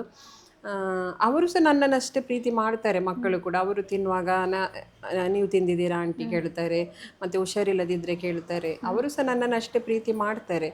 ಮತ್ತು ಮಕ್ಕಳಂದರೆ ಇಲ್ಲದ್ರೆ ಸಹ ತುಂಬ ಇಷ್ಟವೇ. ಈಗ ಒಂದೊಂದು ಸಲ ನಾನು ತುಂಬ ಹೆಲ್ತ್ ಪ್ರಾಬ್ಲಮ್ ಆದಾಗ ಮಲಗಿದರೆ ಅಲ್ಲಿಗೆ ಬರ್ತಾರೆ. ಕೆಲವೊಮ್ಮೆ ನಮ್ಮ ಸ್ಟಾಫ್ ಹೇಳ್ತಾರೆ, ಅವರಿಗೆ ಯಾಕೆ ತೊಂದರೆ ಕೊಡ್ತೀರಿ ಮಲಗಿದ್ರೆ ಅಂತ. ನಾನು ಹೇಳ್ತೇನೆ, ಇರಲಿ ಅವರು ಅಂತೇಳಿ. ಅಂದರೆ ಅವರ ಒಂದು ಮಾತು ಏನು, ಒಂದು ಹೆಲ್ತ್ ಸ್ವಲ್ಪ ರಿಕವರಿ ಆದಾಗೆ ಆಗ್ತದೆ. ಈಗ ರೀಸೆಂಟ್ಲಿ ನನಗೊಂದು ಸರ್ಜರಿ ಆಯಿತು. ಆ ಟೈಮಲ್ಲಿ ಕೂಡ ನಾನು ಡಿಸ್ಚಾರ್ಜ್ ಆಗಿ ಇಲ್ಲಿಗೇ ಬಂದಿದ್ದೆ. ಎಲ್ಲರೂ ಮನೆಗೆ ಹೋಗ್ತಾರೆ, ನನ್ನ ಅಮ್ಮ ಕರೆದ್ರು ಮನೆಯಲ್ಲಿ, ನಾನು ನೋಡ್ತೇನಲ್ಲ ಬಾ ಅಂತೇಳಿ. ಆದರೆ ನಾನು ಇಲ್ಲೇ ಇದ್ದೆ. ಆವಾಗ ಸಹ ನನ್ನನ್ನು ಮಕ್ಕಳು ಚಂದ ನೋಡಿದ್ದಾರೆ. ಅವರು ಬರುವುದು, ಮಾತಾಡೋದು, ಊಟ ಆಯಿತಾ, ಅದರಲ್ಲೇ ನಾನು ಸ್ವಲ್ಪ ಜಾಸ್ತಿ ಬೇಗ ರಿಕವರಿ ಆದೆ.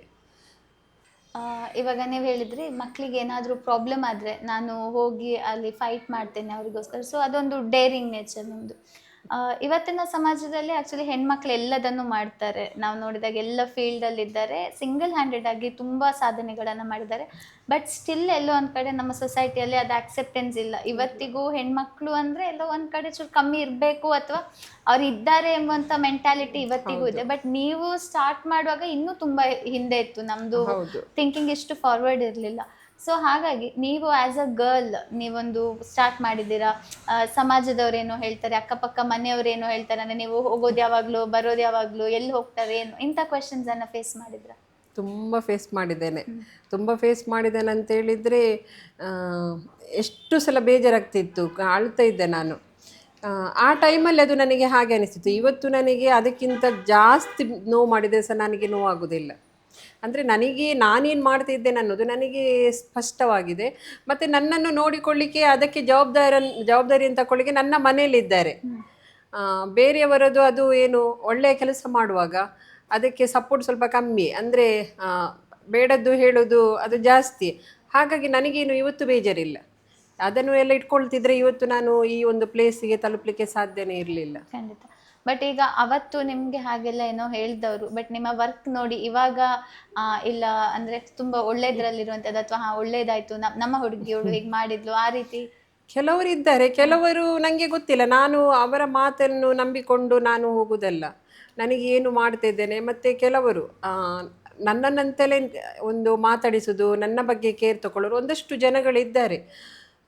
ಹಾಗಿರುವಾಗ ನಾನು ಕೆಲವರು ಹೇಳಿದರ ಬಗ್ಗೆ ನಾನು ಚಿಂತೆ ಮಾಡೋದಿಲ್ಲ. ಅವರು ನೆಗೆಟಿವ್ ಥಿಂಕ್ ಮಾಡಲಿ, ಪಾಸಿಟಿವ್ ಥಿಂಕ್ ಮಾಡಲಿ, ನನಗೇನಿಲ್ಲ ಅದರಿಂದ. ನನಗೆ ಮಕ್ಕಳಿಗೆ ಏನು ಕಷ್ಟ ಆಗ್ತದೆ ಅದು ಮಾತ್ರ ನನಗೆ ಇಂಪಾರ್ಟೆಂಟ್. ಅವರಿಗೆ ಎಲ್ಲಿಯಾದರೂ ಏನಾದರೂ ಹಾಗೆ ಇಲ್ಲ, ಸರಿ ಇಲ್ಲ ಅಂತ ಒಂದು ಮಾತು ಕೇಳಿದರೆ ಅದನ್ನು ನಾನು ಗಮನ ಕೊಟ್ಟು ಅದನ್ನು ಒಳ್ಳೆಯದು ಮಾಡಲಿಕ್ಕೆ ನಾನು ನೋಡ್ತೇನೆ. ಬಿಟ್ಟರೆ ನನ್ನ ಬಗ್ಗೆ ಹೇಳಿದ ನನಗೇನು ಬೇಜಾರಿಲ್ಲ. ಓಕೆ. ಸೊ ಇವಾಗ ನೀವು ಒಂದು ಆಶ್ರಮ ನಡೆಸಲಿಕ್ಕೆ ಒಂದು ಮಗು ಇದ್ದು ಅದರದ್ದು ಅವರ ಮೆಡಿಸಿನ್ಸ್ ಇರ್ತದೆ, ಅವರ ಟ್ರೀಟ್ಮೆಂಟ್, ಅವರ ಪ್ರತಿನಿತ್ಯದ ಖರ್ಚುಗಳು. ಇವಾಗ ಇತ್ತೀಚೆಗೆ ಎಲ್ಲಿ ತನಕ ಅಂದರೆ ಕಪಲ್ಸ್ ನಾವು ಅಂದರೆ ಯೋಚನೆ ಮಾಡ್ತಾರೆ 2 ಮಕ್ಕಳು ಬೇಕಾ ಬೇಡವಾ, ಯಾಕಂದರೆ ಅದರದ್ದು ಎಜುಕೇಷನ್ ಹಾಗೆ ಎಷ್ಟು ಖರ್ಚಿರ್ತದೆ ಅಂತ. ಸೊ ಹಾಗಿದ್ರಲ್ಲಿ ನೀವು ಒಂದು ಆಶ್ರಮ ನಡೆಸ್ತಾ ಇದ್ದೀರಾ ಅಂದರೆ ಅವ್ರದ್ದೊಂದು ಖರ್ಚುಗಳೆಲ್ಲ ಹೇಗಿರ್ತದೆ, ನಿಮಗೆ ಹೇಗೆ ಮ್ಯಾನೇಜ್ ಆಗ್ತಾ ಇದೆ ಈಗ? ಖರ್ಚುಗಳು ಇರ್ತದೆ. ಅಂದರೆ ಜಾಸ್ತಿಯಾಗಿ ಹೆಲ್ತ್ ಇಶ್ಯೂಸ್ ಬಂದ ಕಾರಣ ಸ್ವಲ್ಪ ಇರ್ತದೆ. ನಾವು ವೆನ್ಲಾಕ್ ಹಾಸ್ಪಿಟಲಿಗೆ ನಾವು ಟ್ರೀಟ್ಮೆಂಟಿಗೆಲ್ಲ ಕರ್ಕೊಂಡು ಹೋಗ್ತೇವೆ. ಅಂದರೆ ಎವ್ರಿ ಟೈಮ್ ಅಲ್ಲಿ ಹೋಗಿ ಕ್ಯೂ ನಿಂತು ಅದೆಲ್ಲ ಕಷ್ಟ ಆಗ್ತದೆ. ಒಂದಷ್ಟು ಜನರಲ್ ಮೆಡಿಸಿನ್ ಎಲ್ಲ ಇಲ್ಲಿ ಇಡ್ತೇವೆ. ಇನ್ನೊಂದು ಸ್ವಲ್ಪ ಇಲ್ಲಿಂದ ಸ್ವಲ್ಪ ದೂರ ಆಗ್ತದೆ. ಆದ ಕಾರಣ ನಾವಿಲ್ಲಿ ಪ್ರೈವೇಟ್ ಕ್ಲಿನಿಕ್ಕಿಗೆಲ್ಲ ಹೋಗ್ತೇವೆ. ಎಲ್ಲವನ್ನು ಸಹ ನಾವು ಲೋಕಲ್ ಕಾಂಟ್ರಿಬ್ಯೂಷನ್ ಥ್ರೂವೇ ಖರ್ಚು ನೋಡಿಕೊಳ್ಳುವಂಥದ್ದು. ಮತ್ತು ಒಂದಷ್ಟು ಎಜುಕೇಷನ್ ನಮಗೆ 10th ತನಕ ಫ್ರೀಯೇ ಇರ್ತದೆ, ಅಂಥದ್ದು ಯಾವುದು ಕಟ್ಟಲಿಕ್ಕೆ ಇರೋದಿಲ್ಲ. ಮತ್ತು ಕೆಲವೊಮ್ಮೆ ಯೂನಿಫಾರ್ಮ್ದು ಸ್ಟಿಚಿಂಗ್ ಚಾರ್ಜ್ ಮತ್ತು ಬ್ಯಾಗ್, ಬುಕ್ಸ್ ಕೆಲವೊಂದು ವರ್ಷಗಳಲ್ಲಿ ಸ್ಕೂಲಿಂದ ಸಿಗ್ತದೆ. ಎಲ್ಲ ಗೌರ್ಮೆಂಟ್ ಸ್ಕೂಲಲ್ಲೇ ಇದು ಆಗುವಂಥದ್ದು. ಮತ್ತು PUC ನಂತರ ಸ್ವಲ್ಪ ಬರ್ಡನ್ ಆಗ್ತದೆ. ಮತ್ತು ಈಗ PUC ಕೆಲವೊಮ್ಮೆ ಫ್ಯಾಷನ್ ಡಿಸೈನರಿಂಗ್, ಬ್ಯೂಟಿಷಿಯನ್, ಮತ್ತೀಗ B.Ed ಮಾಡ್ತಾರೆ. ಅದಕ್ಕೆಲ್ಲ ಸ್ವಲ್ಪ ಜಾಸ್ತಿ ಖರ್ಚುಗಳಿದೆ. ಗೊತ್ತಿಲ್ಲ, ನಾಳೆಗಂತ ಏನು ಸ್ಟಾಕ್ ಇಲ್ಲ, ಇವತ್ತಿಗಂತ ಏನು ಕಮ್ಮಿ ಇಲ್ಲ. ಏನು ಬರ್ತದೆ ಅದು ಅವರವರ ಪಾಲಿಗೆ ಬರುವಂಥದ್ದನ್ನು ಅವರವರಿಗೆ ಅದನ್ನು ಮಾಡಿಕೊಂಡು ಹೋಗ್ತಾ ಇದ್ದೇವೆ. ಈಗ ನೀವು ಹೇಳಿದ್ರಿ ಅವರು ನಂತರ ಒಂದು ಏನು ಡಿಗ್ರಿ ಕೂಡ ಮಾಡ್ತಾರೆ. ಸೊ ಇಲ್ಲಿ ಕೇವಲ 18 ಇಯರ್ಸ್ ತನಕ ಅಲ್ಲ, ಅದಕ್ಕಿಂತ ಹೆಚ್ಚಿನ ವಯಸ್ಸಿನವರು ಇರ್ತಾರೆ. ಆ್ಯಕ್ಚುಲಿ ನಮಗೆ ಚೈಲ್ಡ್ ವೆಲ್ಫೇರ್ ಕಮಿಟಿ ಕೊಡುವಂಥದ್ದು 18 ಇಯರ್ಸ್ ತನಕ ಮಾತ್ರ. ಆಮೇಲೆ ಒಂದು ಪರ್ಮಿಷನ್ ಮೇಲೆ ನಾವು ಒಂದು 3 years ಜಾಸ್ತಿ ಕೇಳಿ ಇಡ್ಬೋದು, ಅಂದರೆ ಎಜುಕೇಷನ್ ಇರುವ ಕಾರಣ. ಮತ್ತು ಕೆಲವರಿಗೆ ಈಗ ಮನೆಯೇ ಇರುವುದಿಲ್ಲ ಅಥವಾ ಯಾರು ಅವರನ್ನು ಸ್ವೀಕರಿಸುವವರು ಇರುವುದಿಲ್ಲ. ಅಂಥವರಿಗೆ ನಾವೀಗ ಹೆಣ್ಣು ಮಕ್ಕಳಿಗೆ ನೀವು ಹೋಗಿ ಅಂತೇಳಿ ಹೊರಗೆ ದಬ್ಬಲಿಕ್ಕಾಗೋದಿಲ್ಲ. ಅವರಿಗೆ ನಾವು ನೋಡಿಕೊಳ್ತಾ ಇದ್ದೇವೆ. ಈಗ ನಿಮ್ಮಲ್ಲಿ ಹೈಯೆಸ್ಟ್ ಅಂದರೆ ತುಂಬ ಏಜ್ ಅಂದರೆ ದೊಡ್ಡವರು ಅಂದರೆ ಎಷ್ಟು ಇದ್ದಾರೆ ಇಲ್ಲಿ ಈಗ? ಇದ್ದಾರೆ 24 years. 24 years ಎಲ್ಲ ಇದ್ದಾರೆ. ಓಕೆ. ಅವರು 24 years ಈಗ ಎಲ್ಲಿ ತನಕ ಅಂದರೆ ಅವರು ಸೆಲ್ಫ್ ಡಿಪೆಂಡೆಂಟ್ ಆಗಿ, ನೀವು ಹೇಳಿದ್ರೆ ಕೆಲಸ ಎಲ್ಲ ಮಾಡಿಕೊಂಡು ಅವರು ಹೋದವರು ಇದ್ದಾರೆ, 32 years ಅವರು ಇದ್ದಾರೆ ಅಂತೆಲ್ಲ, ಅವರೆಲ್ಲ ಯಾವ ಫೀಲ್ಡಿಗೆ ಹೋಗ್ತಾರೆ? ಅವ್ರ ನಂತರ ಅವರೇ ಸೆಲ್ಫ್ ಡಿಪೆಂಡೆಂಟ್ ಆಗಿ? ಕೆಲವರು ಸೆಲ್ಫ್ ಆಗಿ ಅವರೇ ಇದ್ದಾರೆ. ಒಂದು 3 ಮದುವೆ ಆಗಿದೆ. ಮತ್ತು ಒಬ್ಬರು ಹೊರಗೆ ಕೆಲಸಕ್ಕೆ ಹೋಗ್ತಾ ಇದ್ದಾರೆ. ಆದರೆ ಅವರಿಗೆ ಸಹ ಒಂದು ಹೊರಗಡೆ PG ಆಗಿರ್ಬೋದು, ರೂಮ್ಸ್ ಅದೆಲ್ಲ ಮಾಡಲಿಕ್ಕೆ ಕಷ್ಟ ಕೂಡ ಆಗ್ತದೆ. ಎಲ್ಲಿ ನಾವು ಮೆಡಿಸಿನ್ ತಗೊಳ್ಳುವಾಗ ಅವರಿಗೆ ಗೊತ್ತಾಗ್ತದ ಅಂತ ಹೇಳಿಕೊಂಡು ಮದುವೆ ಆದ ನಂತರ ನಾವೊಂದು ನೀವು ಅಂದರೆ ಅವರದ್ದು ಲೈಫನ್ನು ಹೊರಗಡೆ ಮತ್ತೆ ಮಾಡ್ಬೋದು. ಆದರೆ ಇಲ್ಲಿ ಮದುವೆ ಆಗದ ಮೊದಲು ಇರುವಾಗ ನಮಗೆ ಅವರನ್ನು ಕಳಿಸಲಿಕ್ಕೆ ಸಹ ಅಲ್ಲ, ಅಂದರೆ ಯಾರಾದರೂ ಒಬ್ಬರು ಬೇಕಾಗ್ತದೆ. ಮತ್ತು ಕೆಲವೊಮ್ಮೆ ಹೆಲ್ತ್ ಇಶ್ಯೂಸ್ ಆದಾಗ ಮಲಗಿದಲ್ಲೇ ಇರ್ತಾರೆ. ಅಂಥ ಟೈಮಲ್ಲಿ ನನಗೆ ಅವರನ್ನು ಹೊರಗೆ ನೀವು ಹೋಗಿ ನಿಮ್ಮದು ಮಾಡಿ ಅಂತ ಹೇಳಲಿಕ್ಕೆ ನನಗೆ ಆಗೋದಿಲ್ಲ. ಈಗ ನೀವು ಹೇಳಿದ್ರೆ ಮದುವೆ ಆಗ್ತಾರೆ ಅಂತ. ಸೊ ಮದುವೆ ಆಗೋದು ಅಂದರೆ HIV ಪಾಸಿಟಿವ್ ಇದ್ದವರಿಗೇನೆ. ಹೇಗೆ ಈಗ ಮದುವೆ ಆದ ನಂತರ ಅವ್ರು ಇಲ್ಲಿಗೆ ಬರುವಂಥದ್ದು ಅಥವಾ ಅಂಥದ್ದೆಲ್ಲ ಬರ್ತಾರೆ. ಈಗ ನನ್ನದು ಸರ್ಜರಿ ಆಗುವಾಗ ಬಂದು ನೋಡಿಕೊಂಡು ಹೋಗಿದ್ದಾರೆ. ಒಂದು 2-3 days ಒಟ್ಟಿಗೆ ಇದ್ದುಕೊಂಡು ಹೋಗಿದ್ದಾರೆ. ಮತ್ತೇನಾದರೂ ಇಲ್ಲಿ ಏನಾದರೂ ಫಂಕ್ಷನ್ ಇದ್ದರೆ, ಈಗ ಸಪೋಸ್ ಬೇರೆ ಒಂದು ಮಗುದು ಮದುವೆ ಇದ್ದರೆ ಅಂಥ ಟೈಮಿಗೆ, ಮತ್ತು ಹೀಗೆ ಅವರಿಗೆ ಬಂದಾಗ 1 ವರ್ಷದಲ್ಲಿ 1 ಸಲ 2 ಸಲ ಬರ್ತಾರೆ. ಮತ್ತು ರೆಗ್ಯುಲರ್ ಆಗಿ ನನಗೆ ಕಾಂಟ್ಯಾಕ್ಟಲ್ಲಿ ಇರ್ತಾರೆ. ಅದು ನನಗೆ ತುಂಬ ಖುಷಿ. ನಾನೇ ಅವರ ಕಾಲನ್ನು ಒಂದೊಂದು ಸಲ ಮಿಸ್ ಮಾಡೋದು ಬಿಟ್ಟರೆ ಅವರು ನನಗೆ ಪ್ರತಿದಿನ ಕಾಲ್ ಮಾಡ್ತಾರೆ. ಓಕೆ. ಈಗ ಹೆಣ್ಣು ಮಕ್ಕಳು ಒಂದು 11-12 ವರ್ಷ ತನಕ ಅವರು ಮಕ್ಕಳಾಗೇ ಇರ್ತಾರೆ. ಅವ್ರಿಗೆ ಎಕ್ಸ್ಟ್ರಾ ಬೇರೆ ಏನೀಗ ನಮ್ಮ ಅಡಾಲಸೆಂಟ್ಸ್ ಇದು ಏನು ಪ್ರಾಬ್ಲಮ್ಸ್ ಇರ್ತದೆ ಅಂಥದ್ದೇನೂ ಇರೋದಿಲ್ಲ. ಈಗ ನಾವು ಅವರು ಅಡಾಲಸೆಂಟ್ ಅಂತ ಟೀನೇಜ್ ರೀಚ್ ಆದ ನಂತರ ಒಂದಂತ ಹೇಳಿದ್ರೆ ಹೆಣ್ಣು ಮಕ್ಕಳಿಗೆ ನಮಗೆ ಮೆನ್ಸ್ಟ್ರಲ್ ಸೈಕಲ್ ಸ್ಟಾರ್ಟ್ ಆಗ್ತದೆ. ಸೊ ಎಗೇನ್ ಅದಕ್ಕೊಂದು ಸೆಪ್ರೇಟ್ ಎಜುಕೇಶನ್ ಮಾಡಬೇಕು ನಾವು ಕೊಡ್ತೇವೆ ಅದೆಲ್ಲವನ್ನು, ಅದಕ್ಕಿಂತ ಮೊದಲೇ ಪ್ರಿಪೇರ್ ಮಾಡಿರ್ತೇವೆ. ಮತ್ತು ಅದಕ್ಕೆಂತಲೇ ನಾನು ತುಂಬ ಸಲ ತಗೊಳ್ತೇನೆ, ಪದೇ ಪದೇ ಹೇಳ್ತಾ ಇರ್ತೇನೆ, ಮತ್ತು ಅದಕ್ಕಂತಲೇ ತಗೊಳ್ತಾ ಇರ್ತೇನೆ ಕ್ಲಾಸ್, ಮತ್ತು ಕೆಲವು ಸಣ್ಣ ಸಣ್ಣ ಟ್ರೈನಿಂಗ್ಸ್ ಅದೆಲ್ಲ ಮಾಡ್ತಾ ಇರ್ತೇವೆ. ಏನು ಮಾಡಬೇಕು ಏನು, ಮತ್ತು ಬಸ್ಸಲ್ಲಿ ಹೋಗುವಾಗ ಏನು, ಕಾಲೇಜಲ್ಲಿ ಏನು, ಅದೆಲ್ಲವನ್ನು ಹೇಳಿಕೊಡ್ತೇವೆ. ಓಕೆ. ಸೊ ಅದಕ್ಕೆ ಸ್ಪೆಷಲ್ ನೀವು ಟ್ರೈನಿಂಗ್ಸನ್ನು ಕೂಡ ನೀವು ತಗೊಂಡಿದ್ದೀರಾ?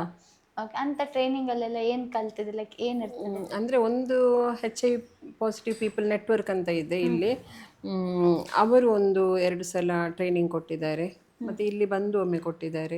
ಹಾಗೆ ಅದರಲ್ಲಿ ಅವರು ಕಲ್ತಿರ್ತಾರೆ. ಓಕೆ. ಅದನ್ನು ನಾನು ಮತ್ತೆ ಮತ್ತೆ ರಿಪೀಟ್ ಮಾಡ್ತಾ ಇರ್ತೇನೆ. ಅಂದರೆ ಬೇರೆ ಒಂದು ಹೊಸ ಮಗು ಬರ್ತದೆ, ಆ ಟೈಮಲ್ಲಿ ಕೊಡ್ಲಿಕ್ಕೆ ಆಗ್ತದೆ ಇಲ್ವೋ ಗೊತ್ತಿಲ್ಲ, ಅದನ್ನು ನಾನು ರಿಪೀಟ್ ಮಾಡ್ತಾ ಇರ್ತೇನೆ ಅದಕ್ಕಾಗಿ.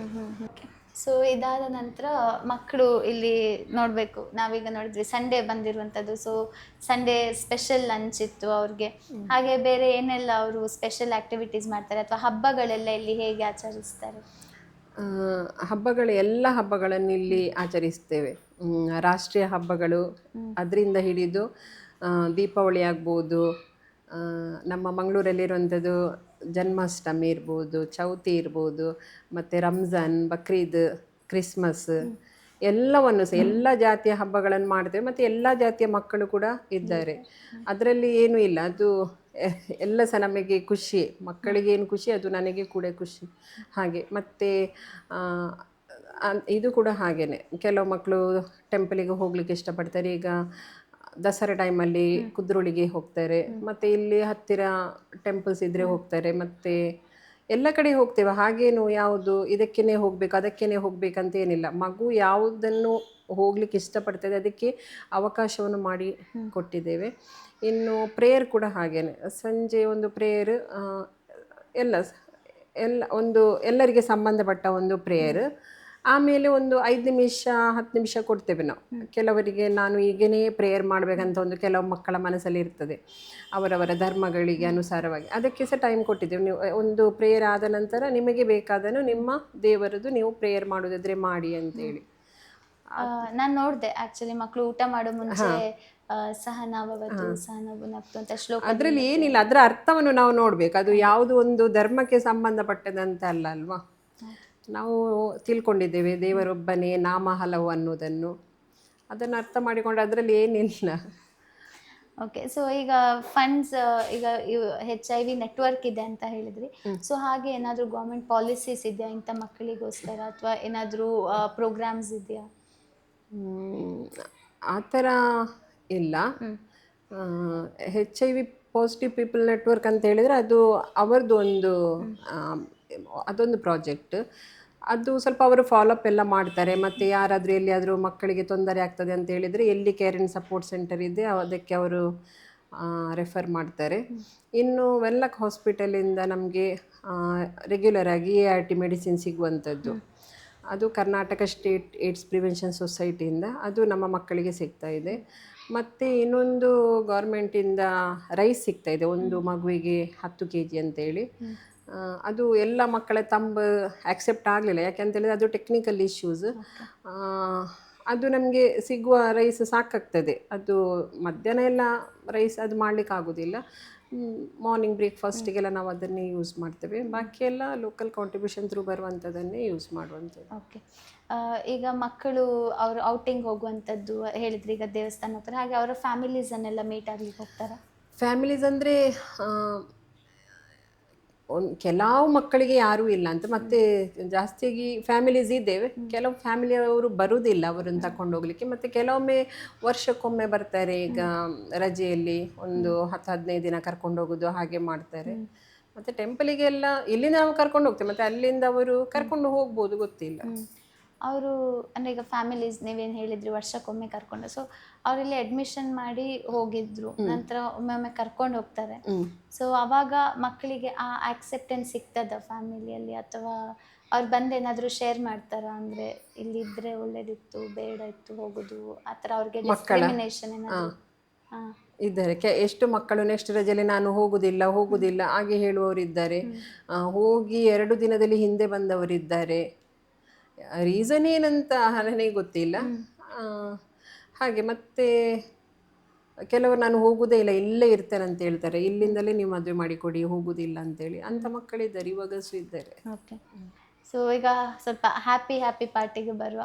ತುಂಬಾ ಈ ಪಾಡ್ಕಾಸ್ಟ್ ಆಕ್ಚುಲಿ ತುಂಬಾ ಎಮೋಷನಲ್. ಅಂದ್ರೆ ಯಾವಾಗಲೂ ನಮಗೆ ತುಂಬಾ ಕ್ವೆಶನ್ಸ್ ಮೈಂಡಲ್ಲಿ ಇರ್ತದೆ, ಬಟ್ ಅದು ಕೆಲವೊಮ್ಮೆ ನಮಗೆ ಕೇಳಲಿಕ್ಕೆ ಆಗೋದಿಲ್ಲ ಅಥವಾ ಸ್ಟಕ್ ಆಗಿ ನಾವು ಒಂಥರ ಎಮೋಷ್ನಲ್ ಫೀಲ್ ಆಗ್ತದೆ. ಸೊ ಇವತ್ತು ನನಗೆ ಕೂಡ ಹಾಗಾಗ್ತಾ ಇದೆ. ಹ್ಯಾಪಿ ಪಾರ್ಟ್ ಅಂದರೆ ಈಗ ಮಕ್ಕಳು ಇರೋ ಪ್ಲೇಸಲ್ಲಿ ಯಾವಾಗಲೂ ಒಂದು ಗೇಮ್ಸ್ ಆಡುವಂಥದ್ದು, ಅವ್ರು ಎಂಜಾಯ್ ಮಾಡುವಂಥದ್ದು, ನಗು, ಸೊ ಹಾಗೆಲ್ಲ ಇರ್ತದೆ. ನಿಮ್ದ್ರಲ್ಲಿ ಈಗ ಏನೆಲ್ಲ ಇರ್ತದೆ ಆಟ, ಆ ಥರ ಎಲ್ಲ ಎಂಜಾಯ್ಮೆಂಟ್? ಆಟ ಔಟ್ಡೋರ್ ಗೇಮ್ಸ್, ಇಂಡೋರ್ ಗೇಮ್ಸ್ ಎಲ್ಲ ಸಹ ಇದೆ. ಮತ್ತು ಕೆಲವು ಸಲ ನಾನು ಅವರ ಜೊತೆ ಆಟ ಆಡ್ತೇನೆ. ಮತ್ತು ಹೀಗೆ ಅಂತ್ಯಾಕ್ಷರಿ, ಮತ್ತು ಡಾನ್ಸ್ ಮಾಡೋದು, ಮತ್ತು ಸಿಂಗಿಂಗ್, ಮತ್ತು ಕೆಲವೊಮ್ಮೆ ಲೂಡ್ ಆಡೋದು, ಕ್ಯಾರಮ್ ಆಡೋದು, ಅದು ನಾನು ಮತ್ತು ಮಕ್ಕಳ ಜೊತೆಯಲ್ಲಿ ಆಡ್ತೇವೆ. ಮತ್ತು ಹೊರಗಡೆ ಔಟ್ಡೋರ್ ಗೇಮ್ಸ್ ಕೂಡ ಲಗೋರಿ ಅವರು ಆಡ್ತಾ ಇರ್ತಾರೆ. ಮತ್ತು ಕೆಲವೊಮ್ಮೆ ನಾನು ಕೂಡ ಒಟ್ಟಿಗೆ ಸೇರೋದು ಅದೆಲ್ಲ ಉಂಟು, ಅದೆಲ್ಲ ಆಡ್ತಾರೆ. ಓದೋದ್ರಲ್ಲೆಲ್ಲ ಇಂಟ್ರೆಸ್ಟ್? ಓದೋದ್ರಲ್ಲಿ ಇದ್ದಾರೆ. ಒಂದು ಸ್ವಲ್ಪ ಕೆಲವು ಮಕ್ಕಳು ಮಾತ್ರ ಸ್ವಲ್ಪ ಹಿಂದೆ ಇದ್ದಾರೆ. ಮತ್ತು ಬಾಕಿ ಈಗ ಲಾಸ್ಟ್ ಒಂದು SSLC ಮಗು ಡಿಸ್ಟಿಂಕ್ಷನ್ ಮಾರ್ಕ್ಸ್ ತಗೊಂಡಿದ್ದಾಳೆ. ಇದ್ದಾರೆ, ಹುಷಾರಿದ್ದಾರೆ. ಮತ್ತೆ ಬೇರೆ ಕೋ ಕರಿಕ್ಯುಲರ್ ಆಕ್ಟಿವಿಟೀಸ್, ಈಗ ಡಾನ್ಸ್ ಅಂತ ಮಾಡ್ತಾರೆ, ಇಂಟ್ರೆಸ್ಟ್ ಇದೆ. ಸೊ ನೀವು ಕೂಡ ಸಪೋರ್ಟ್ ಮಾಡ್ತೀರಾ? ಸಪೋರ್ಟ್ ಮಾಡ್ತೇವೆ. ಅದು ನನಗೆ ಕೂಡ ಇಷ್ಟ, ಅವರಿಗೆ ಕೂಡ ಇಷ್ಟ. ಓಕೆ. ಮತ್ತೆ ಈಗ ಟೂರ್, ಪಿಕ್ನಿಕ್, ಈಗ ನಾವು ಮೊನ್ನೆ ಏಪ್ರಿಲ್ ಮೇಯಲ್ಲಿ ಇಲ್ಲಿಗೆ ಹೋದೆ, ಮೈಸೂರು 3 days ಟೂರ್. ಅದು ಒಬ್ಬರು ಸ್ಪಾನ್ಸರ್ ಇದ್ದರು, ಹಾಗೆ ಅವರು ಹೇಳಿದ್ದು. ಹಾಗೆ 3 days ಮೈಸೂರಲ್ಲಿ ಒಳ್ಳೆ ತುಂಬ ಎಂಜಾಯ್ ಮಾಡಿದ್ದಾರೆ. ಒಳ್ಳೆ ಫುಡ್ಡಿಗೆ ಫೆಸಿಲಿಟಿ ಕೊಟ್ಟಿದ್ರು, ರೂಮ್ಸಿಗೆ ಫೆಸಿಲಿಟಿ ಕೊಟ್ಟಿದ್ರು.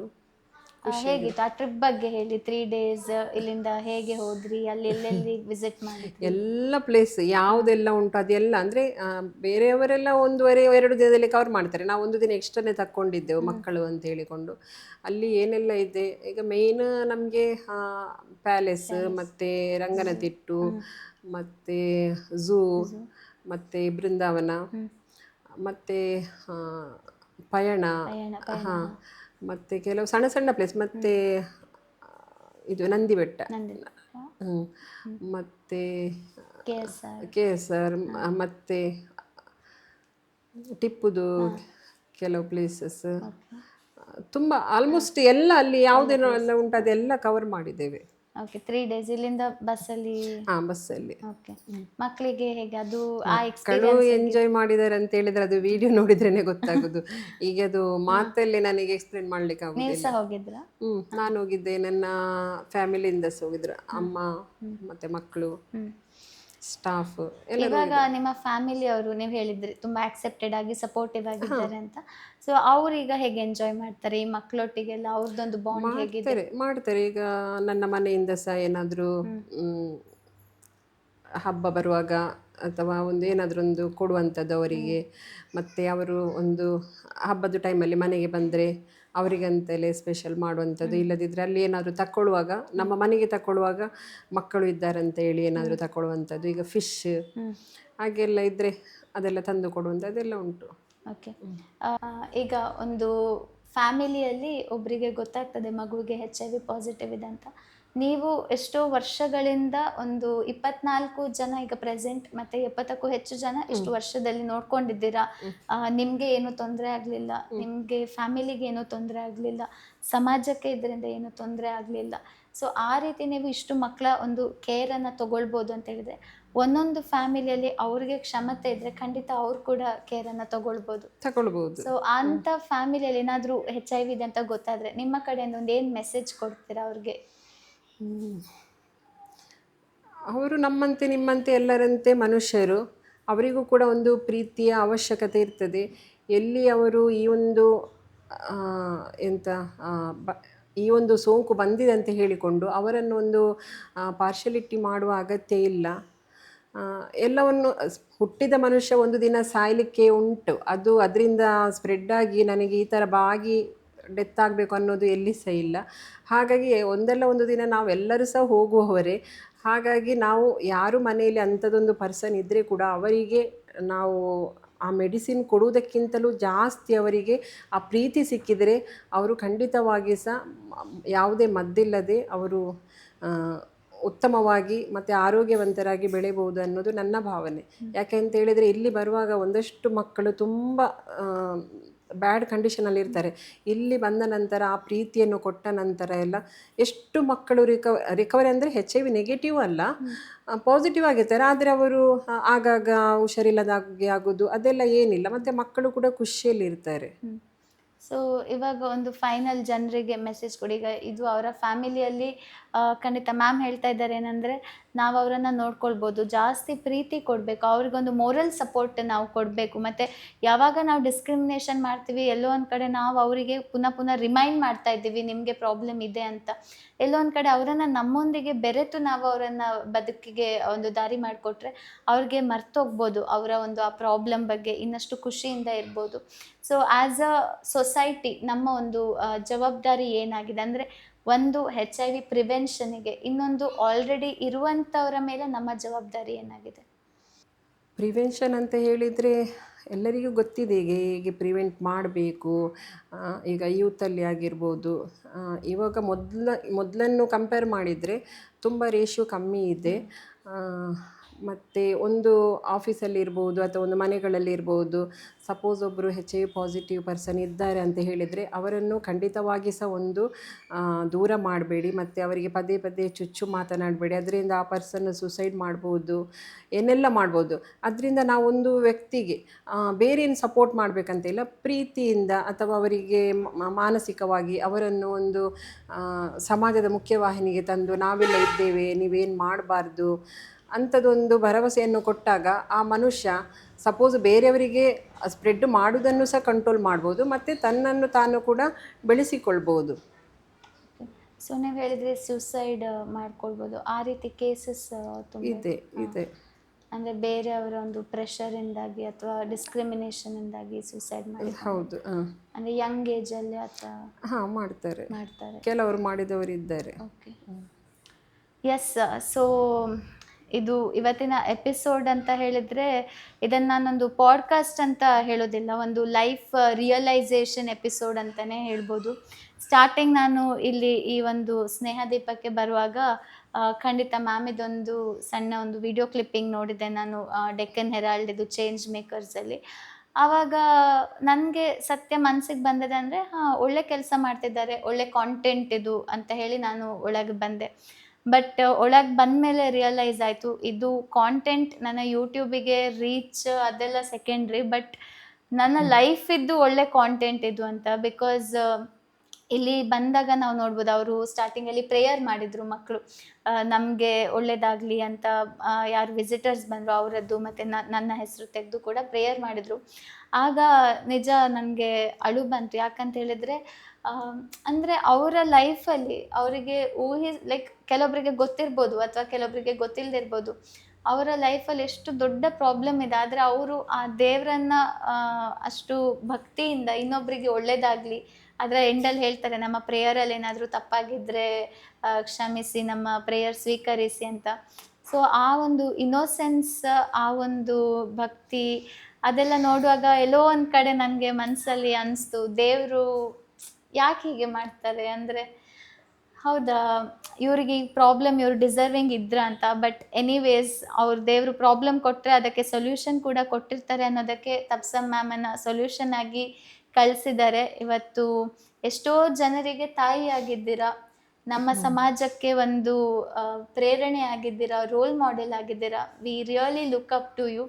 And one more thing ma'am, ಇಷ್ಟೊತ್ತಾದರೂ ಕೂಡ ನಮಗೆ ಒಂದು ಮಾತು ನಿಮ್ಮ ಎಪಿಸೋಡಲ್ಲಿ ನಮ್ಮದು ಪೇಮೆಂಟ್ ಡೀಟೇಲ್ಸ್ ಹಾಕಿ ನಮಗೆ ಯಾರಾದರೂ ಹೆಲ್ಪ್ ಮಾಡೋದಾದರೆ ಮಾಡಲಿ, ಕಾಂಟ್ರಿಬ್ಯೂಟ್ ಮಾಡಲಿ ಅಂತ ಒಂದು ಮಾತು ಹೇಳಲಿಲ್ಲ. ಈವನ್ ನಾವು ಕೇಳುವಾಗ ಸಹ ಅಂದರೆ ಯಾವತ್ತೂ ಅವ್ರು ಅದನ್ನೊಂದು ತೋರಿಸಲೇ ಇಲ್ಲ. ಸೊ ನಾನು ನಮ್ಮ ಒಂದು ಸ್ಯಾಮ್ಕ್ಯಾಮ್ ಸ್ಟೋರೀಸ್ ಪರವಾಗಿ ಕೇಳ್ತಾ ಇರುವಂಥದ್ದು ಆಡಿಯನ್ಸಿಗೆ, ಮ್ಯಾಮ್ನ ಒಂದು ಪೇಮೆಂಟ್ ಡೀಟೇಲ್ಸ್ ನಾವು ಎಪಿಸೋಡ್ ಥ್ರೂ ಔಟ್ ಹಾಕಿದ್ವಿ. ನಿಮಗೆ ಈ ಒಂದು ಕಾಸಲ್ಲಿ ಏನಾದರೂ ಕಾಂಟ್ರಿಬ್ಯೂಟ್ ಮಾಡಬೇಕು ಅಂತ ಇದ್ದರೆ you can definitely do it. And in case ನಿಮ್ಮ ಕೈಲಾದಷ್ಟು ಮಾಡಿ. ನಾವು ಇವ್ರ ಥರ ದೊಡ್ಡ ದೊಡ್ಡ ಕೆಲಸ ಮಾಡಲಿಕ್ಕಾಗದಿದ್ರು ಅದರಲ್ಲೊಂದು ಸಣ್ಣ ಅಳಿಲು ಸೇವೆಯನ್ನು ನಾವು ಮಾಡೋಣ. ಮ್ಯಾಮ್, ಹೀಗೆ ನಿಮಗೆ ಇನ್ನಷ್ಟು ಒಳ್ಳೆ ಕೆಲಸ ಮಾಡುವಂಥ ಶಕ್ತಿ, ಆರೋಗ್ಯ ಎಲ್ಲ ದೇವರು ಕೊಡಲಿ ಅಂತ ಬೇಡ್ಕೊಳ್ತಾ ನಮ್ಮ ಆಡಿಯನ್ಸ್ ಪರವಾಗಿ, ಸ್ಯಾಮ್ ಕ್ಯಾಮ್ ಸ್ಟೋರೀಸ್ ಚಾನೆಲ್ ಪರವಾಗಿ, ನನ್ನ ಪರವಾಗಿ thank you so much. Thank you ma'am, thank you. All the best. ನಿಮ್ಮ ಈ ಚಾನೆಲ್ ಉನ್ನತ ಮಟ್ಟಕ್ಕೆ ಇರಲಿ. ಅದೇ ನೀವು ಕಲಿತಿರುವ ಅದರಲ್ಲಿ ಕೂಡ ಯಶಸ್ವಿಯಾಗಲಿ. ನನ್ನ ಹಾಗೂ ಸಂಸ್ಥೆಯ ಮಕ್ಕಳ ಪರವಾಗಿ ಹಾರೈಸ್ತೇನೆ. Thank you so much. ಅಂದಿರುವಾಗಲಿಂದ ಹೇಳೋದು, ಮಗ ನನಗೇನಾದರೂ ಆದರೆ ನೀವು ಊರಿಗೆಲ್ಲ ಕರೆದು ಊಟ ಎಲ್ಲ ಹಾಕೋದು ಬೇಡ, ಯಾರಾದರೂ ಒಂದು ಆಶ್ರಮಕ್ಕೆ ನೀವು ಕೊಡಬೇಕು, ನನಗೆ ಯಾವ ಕ್ರಮ ಮಾಡಬಾರ್ದು. ಆ್ಯಂಡ್ ಅವ್ರು ಹೇಳಿದಾಗೆ ಅವರು he passed away during corona time, we couldn't do anything. ಆವಾಗ ಒಂದು sister in age told me, ma'am ಇಲ್ಲೇ ಒಂದು ಆಶ್ರಮ ಇದೆ ಮ್ಯಾಮ್, ನಿಮ್ಗೆ ಅಲ್ಲಿ ಹೋಗ್ಬೋದಲ್ಲ, ಸ್ನೇಹದೀಪ ಅಂತಿದೆ ಅಂತ. That's how I met her. After that ಈಗ ಇಷ್ಟು ವರ್ಷದಿಂದ we have continued our relationship. ಮತ್ತು ಇಲ್ಲಿದ್ದ ಮಕ್ಕಳು ನಂಗೆ ಖುಷಿ ಅಂತ ಗೊತ್ತುಂಟ, ಅಷ್ಟು ಹ್ಯಾಪಿಯಾಗಿರ್ತಾರೆ ಆಟ ಆಡಿಕೊಂಡು ಮಾಡಿಕೊಂಡು.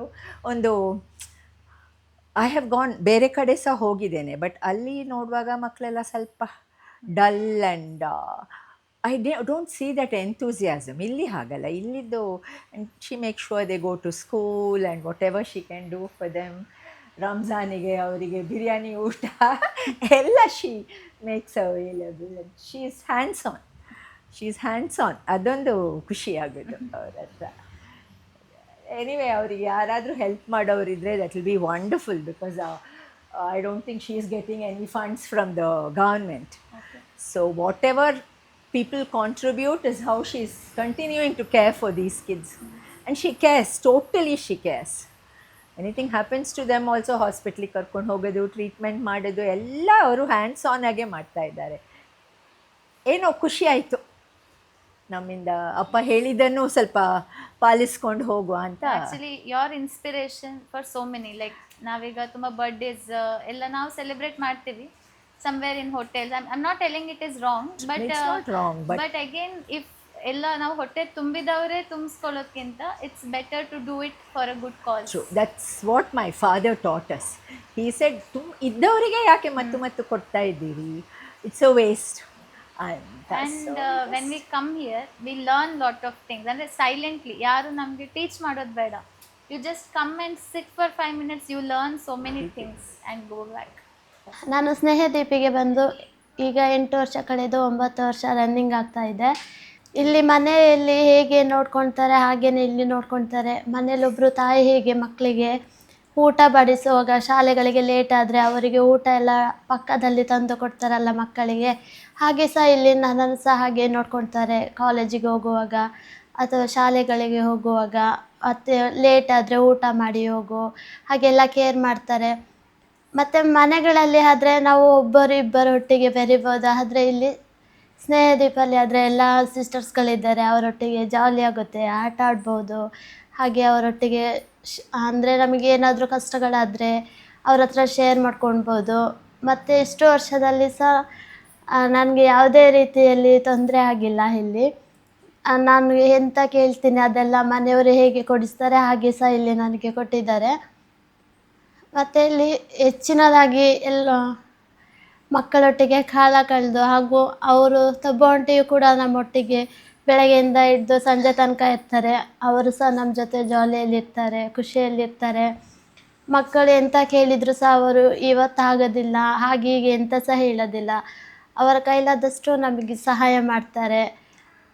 ಮತ್ತು ಇವತ್ತು ಕೊಡಲಿಲ್ಲ ಅಂದರೆ ಆದರೂ ನಾಳೆ ಆದರೂ ತಂದು ಕೊಡ್ತಾರೆ. ಯಾವತ್ತು ಇದು ಬೇಡ ಅದು ಬೇಡ ಅಂತ ಹೇಳ್ತಾರೆ. ಮತ್ತು ನಾವು ಕೆಲವೊಂದು ಸಲ ಟ್ರಿಪ್ಪಿಗೆಲ್ಲ ಹೋಗುವಾಗ ಸಹ ನಮಗೆ ಈ ಪ್ಲೇಸ್ ಬೇಡ ಆ ಪ್ಲೇಸ್ ಬೇಡ, ನಮಗೆ ಅದೇ ಬೇಕು ಇದೇ ಬೇಕಂತ ಕೇಳುವಾಗ ಆಯಿತು ನೀವು ಯಾವುದು ಪ್ಲೇಸ್ ಹೇಳ್ತೀರಾ ಅದೇ ಪ್ಲೇಸಿಗೆ ಹೋಗ್ತೀವಿ ಅಂತ ಹೇಳಿದರು. ಲಾಸ್ಟ್ ಟೈಮಿಂದ ನಾವು ಮಡಿಕೇರಿ ಮತ್ತು ಮೈಸೂರು ಎಲ್ಲ ಟ್ರಿಪ್ಪೆಲ್ಲ ಹೋಗಿ ಬಂದಿದ್ದೀವಿ. ಮತ್ತು ಇಲ್ಲಿ ಖುಷಿ ಆಗುತ್ತೆ ನನಗೆ ಇರಲಿಕ್ಕೆ. ಒಂದೊಂದು ಸಲ ನಾವು ಊರಿಗೆ ಹೋದಾಗ ಸಹ ಬೇಜಾರಾಗುತ್ತೆ, ನಾವು ಮಕ್ಕಳೊಟ್ಟಿಗೆ ಎಷ್ಟು ಖುಷಿ ಇದ್ವಲ್ಲ ಮತ್ತೆ ವಾಪಸ್ ಹೋಗಬೇಕು ಅಲ್ಲಿ ಅಂತ ಹೇಳಿ.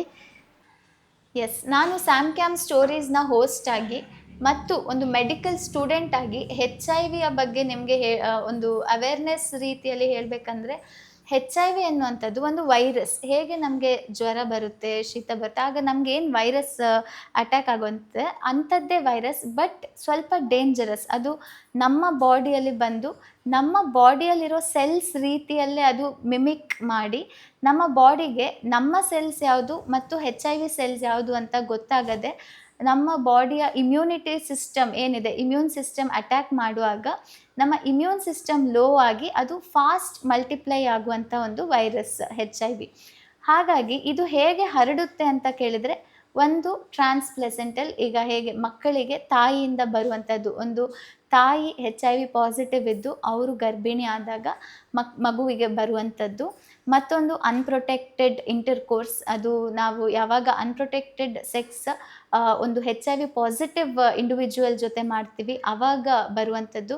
ಇನ್ನೊಂದು ಬ್ಲಡ್ ಟ್ರಾನ್ಸ್ಫ್ಯೂಷನ್ ಮುಖಾಂತರ, ಸೊ ಯಾರಾದರೂ HIV ಪಾಸಿಟಿವ್ ಇರುವಂತಹ ಬ್ಲಡ್ ನಾವು ತಗೊಂಡ್ರೆ ಬರುವಂಥದ್ದು. ಇನ್ನೊಂದು ಇನ್ಫೆಕ್ಟೆಡ್ ನೀಡಲ್, ಸೊ ಅದರಲ್ಲಿ ಕೂಡ ನಾವು ಮ್ಯಾಮ್ ಹೇಳಿದಾಗೆ ಒಂದು ಫ್ರೆಶ್ ವೂಂಡ್ ಇರಬೇಕು, ಫ್ರೆಶ್ ಬ್ಲಡ್ ಅವರದ್ದಾಗಿರಬೇಕು. ಸೊ ಹಾಗೆ ಕಾಂಟ್ಯಾಕ್ಟ್ ಆದರೆ ಮಾತ್ರ HIV ಸ್ಪ್ರೆಡ್ ಆಗುವಂಥದ್ದು. ನಾವು ಊಟ ಶೇರ್ ಮಾಡೋದ್ರಿಂದ ಅಥವಾ ಹಗ್ ಮಾಡೋದ್ರಿಂದ, ಅವರೊಟ್ಟಿಗೆ ಮಾತಾಡೋದ್ರಿಂದ, ಅವರೊಟ್ಟಿಗೆ ಯಾವುದೇ ಕೆಲಸ ಮಾಡಿದ್ರು ಅವರೊಟ್ಟಿಗೆ ನೀವು ಮಲಗ್ಬೋದು, ಹಗ್ ಮಾಡ್ಬೋದು, ಏನು ಬೇಕಾದರೂ ಮಾಡ್ಬೋದು. ಡೈರೆಕ್ಟ್ ಬ್ಲಡ್ ಟು ಬ್ಲಡ್ ಟ್ರಾನ್ಸ್ಫ್ಯೂಷನನ್ನು ನಾವು ಅವಾಯ್ಡ್ ಮಾಡಬೇಕು. ಸೊ ಹಾಗಾಗಿ ನಿಮ್ಮ ಸುತ್ತಮುತ್ತಲಿ ನಿಮಗೆ ಯಾರಾದರೂ ಗೊತ್ತಿದ್ದಾರೆ ಇವರಿಗೆ HIV ಉಂಟು ಅಂತ, ಸೊ ಯಾವುದೇ ರೀತಿ ಡಿಸ್ಕ್ರಿಮಿನೇಷನ್ ಮಾಡಬೇಡಿ. ಯಾವುದೇ ಭಯ ಇಲ್ಲದೆ ನಾವು ಅವರನ್ನು ನಮ್ಮೊಂದಿಗೆ ಬೆರೆಯುವಂತೆ ನಾವು ಮಾಡಬೇಕು. ಯಾಕಂತ ಹೇಳಿದರೆ ಇವತ್ತು ಸಣ್ಣ ಸಣ್ಣ ಒಂದು ಬಾಡಿ ಶೇಮಿಂಗ್ ಅಥವಾ ಸಣ್ಣ ಸಣ್ಣ ವಿಷಯದಲ್ಲಿ ನಮಗೆ ಡಿಸ್ಕ್ರಿಮಿನೇಟ್ ಮಾಡಿದರೆ ಬೇಜಾರಾಗುವಂಥದ್ದು.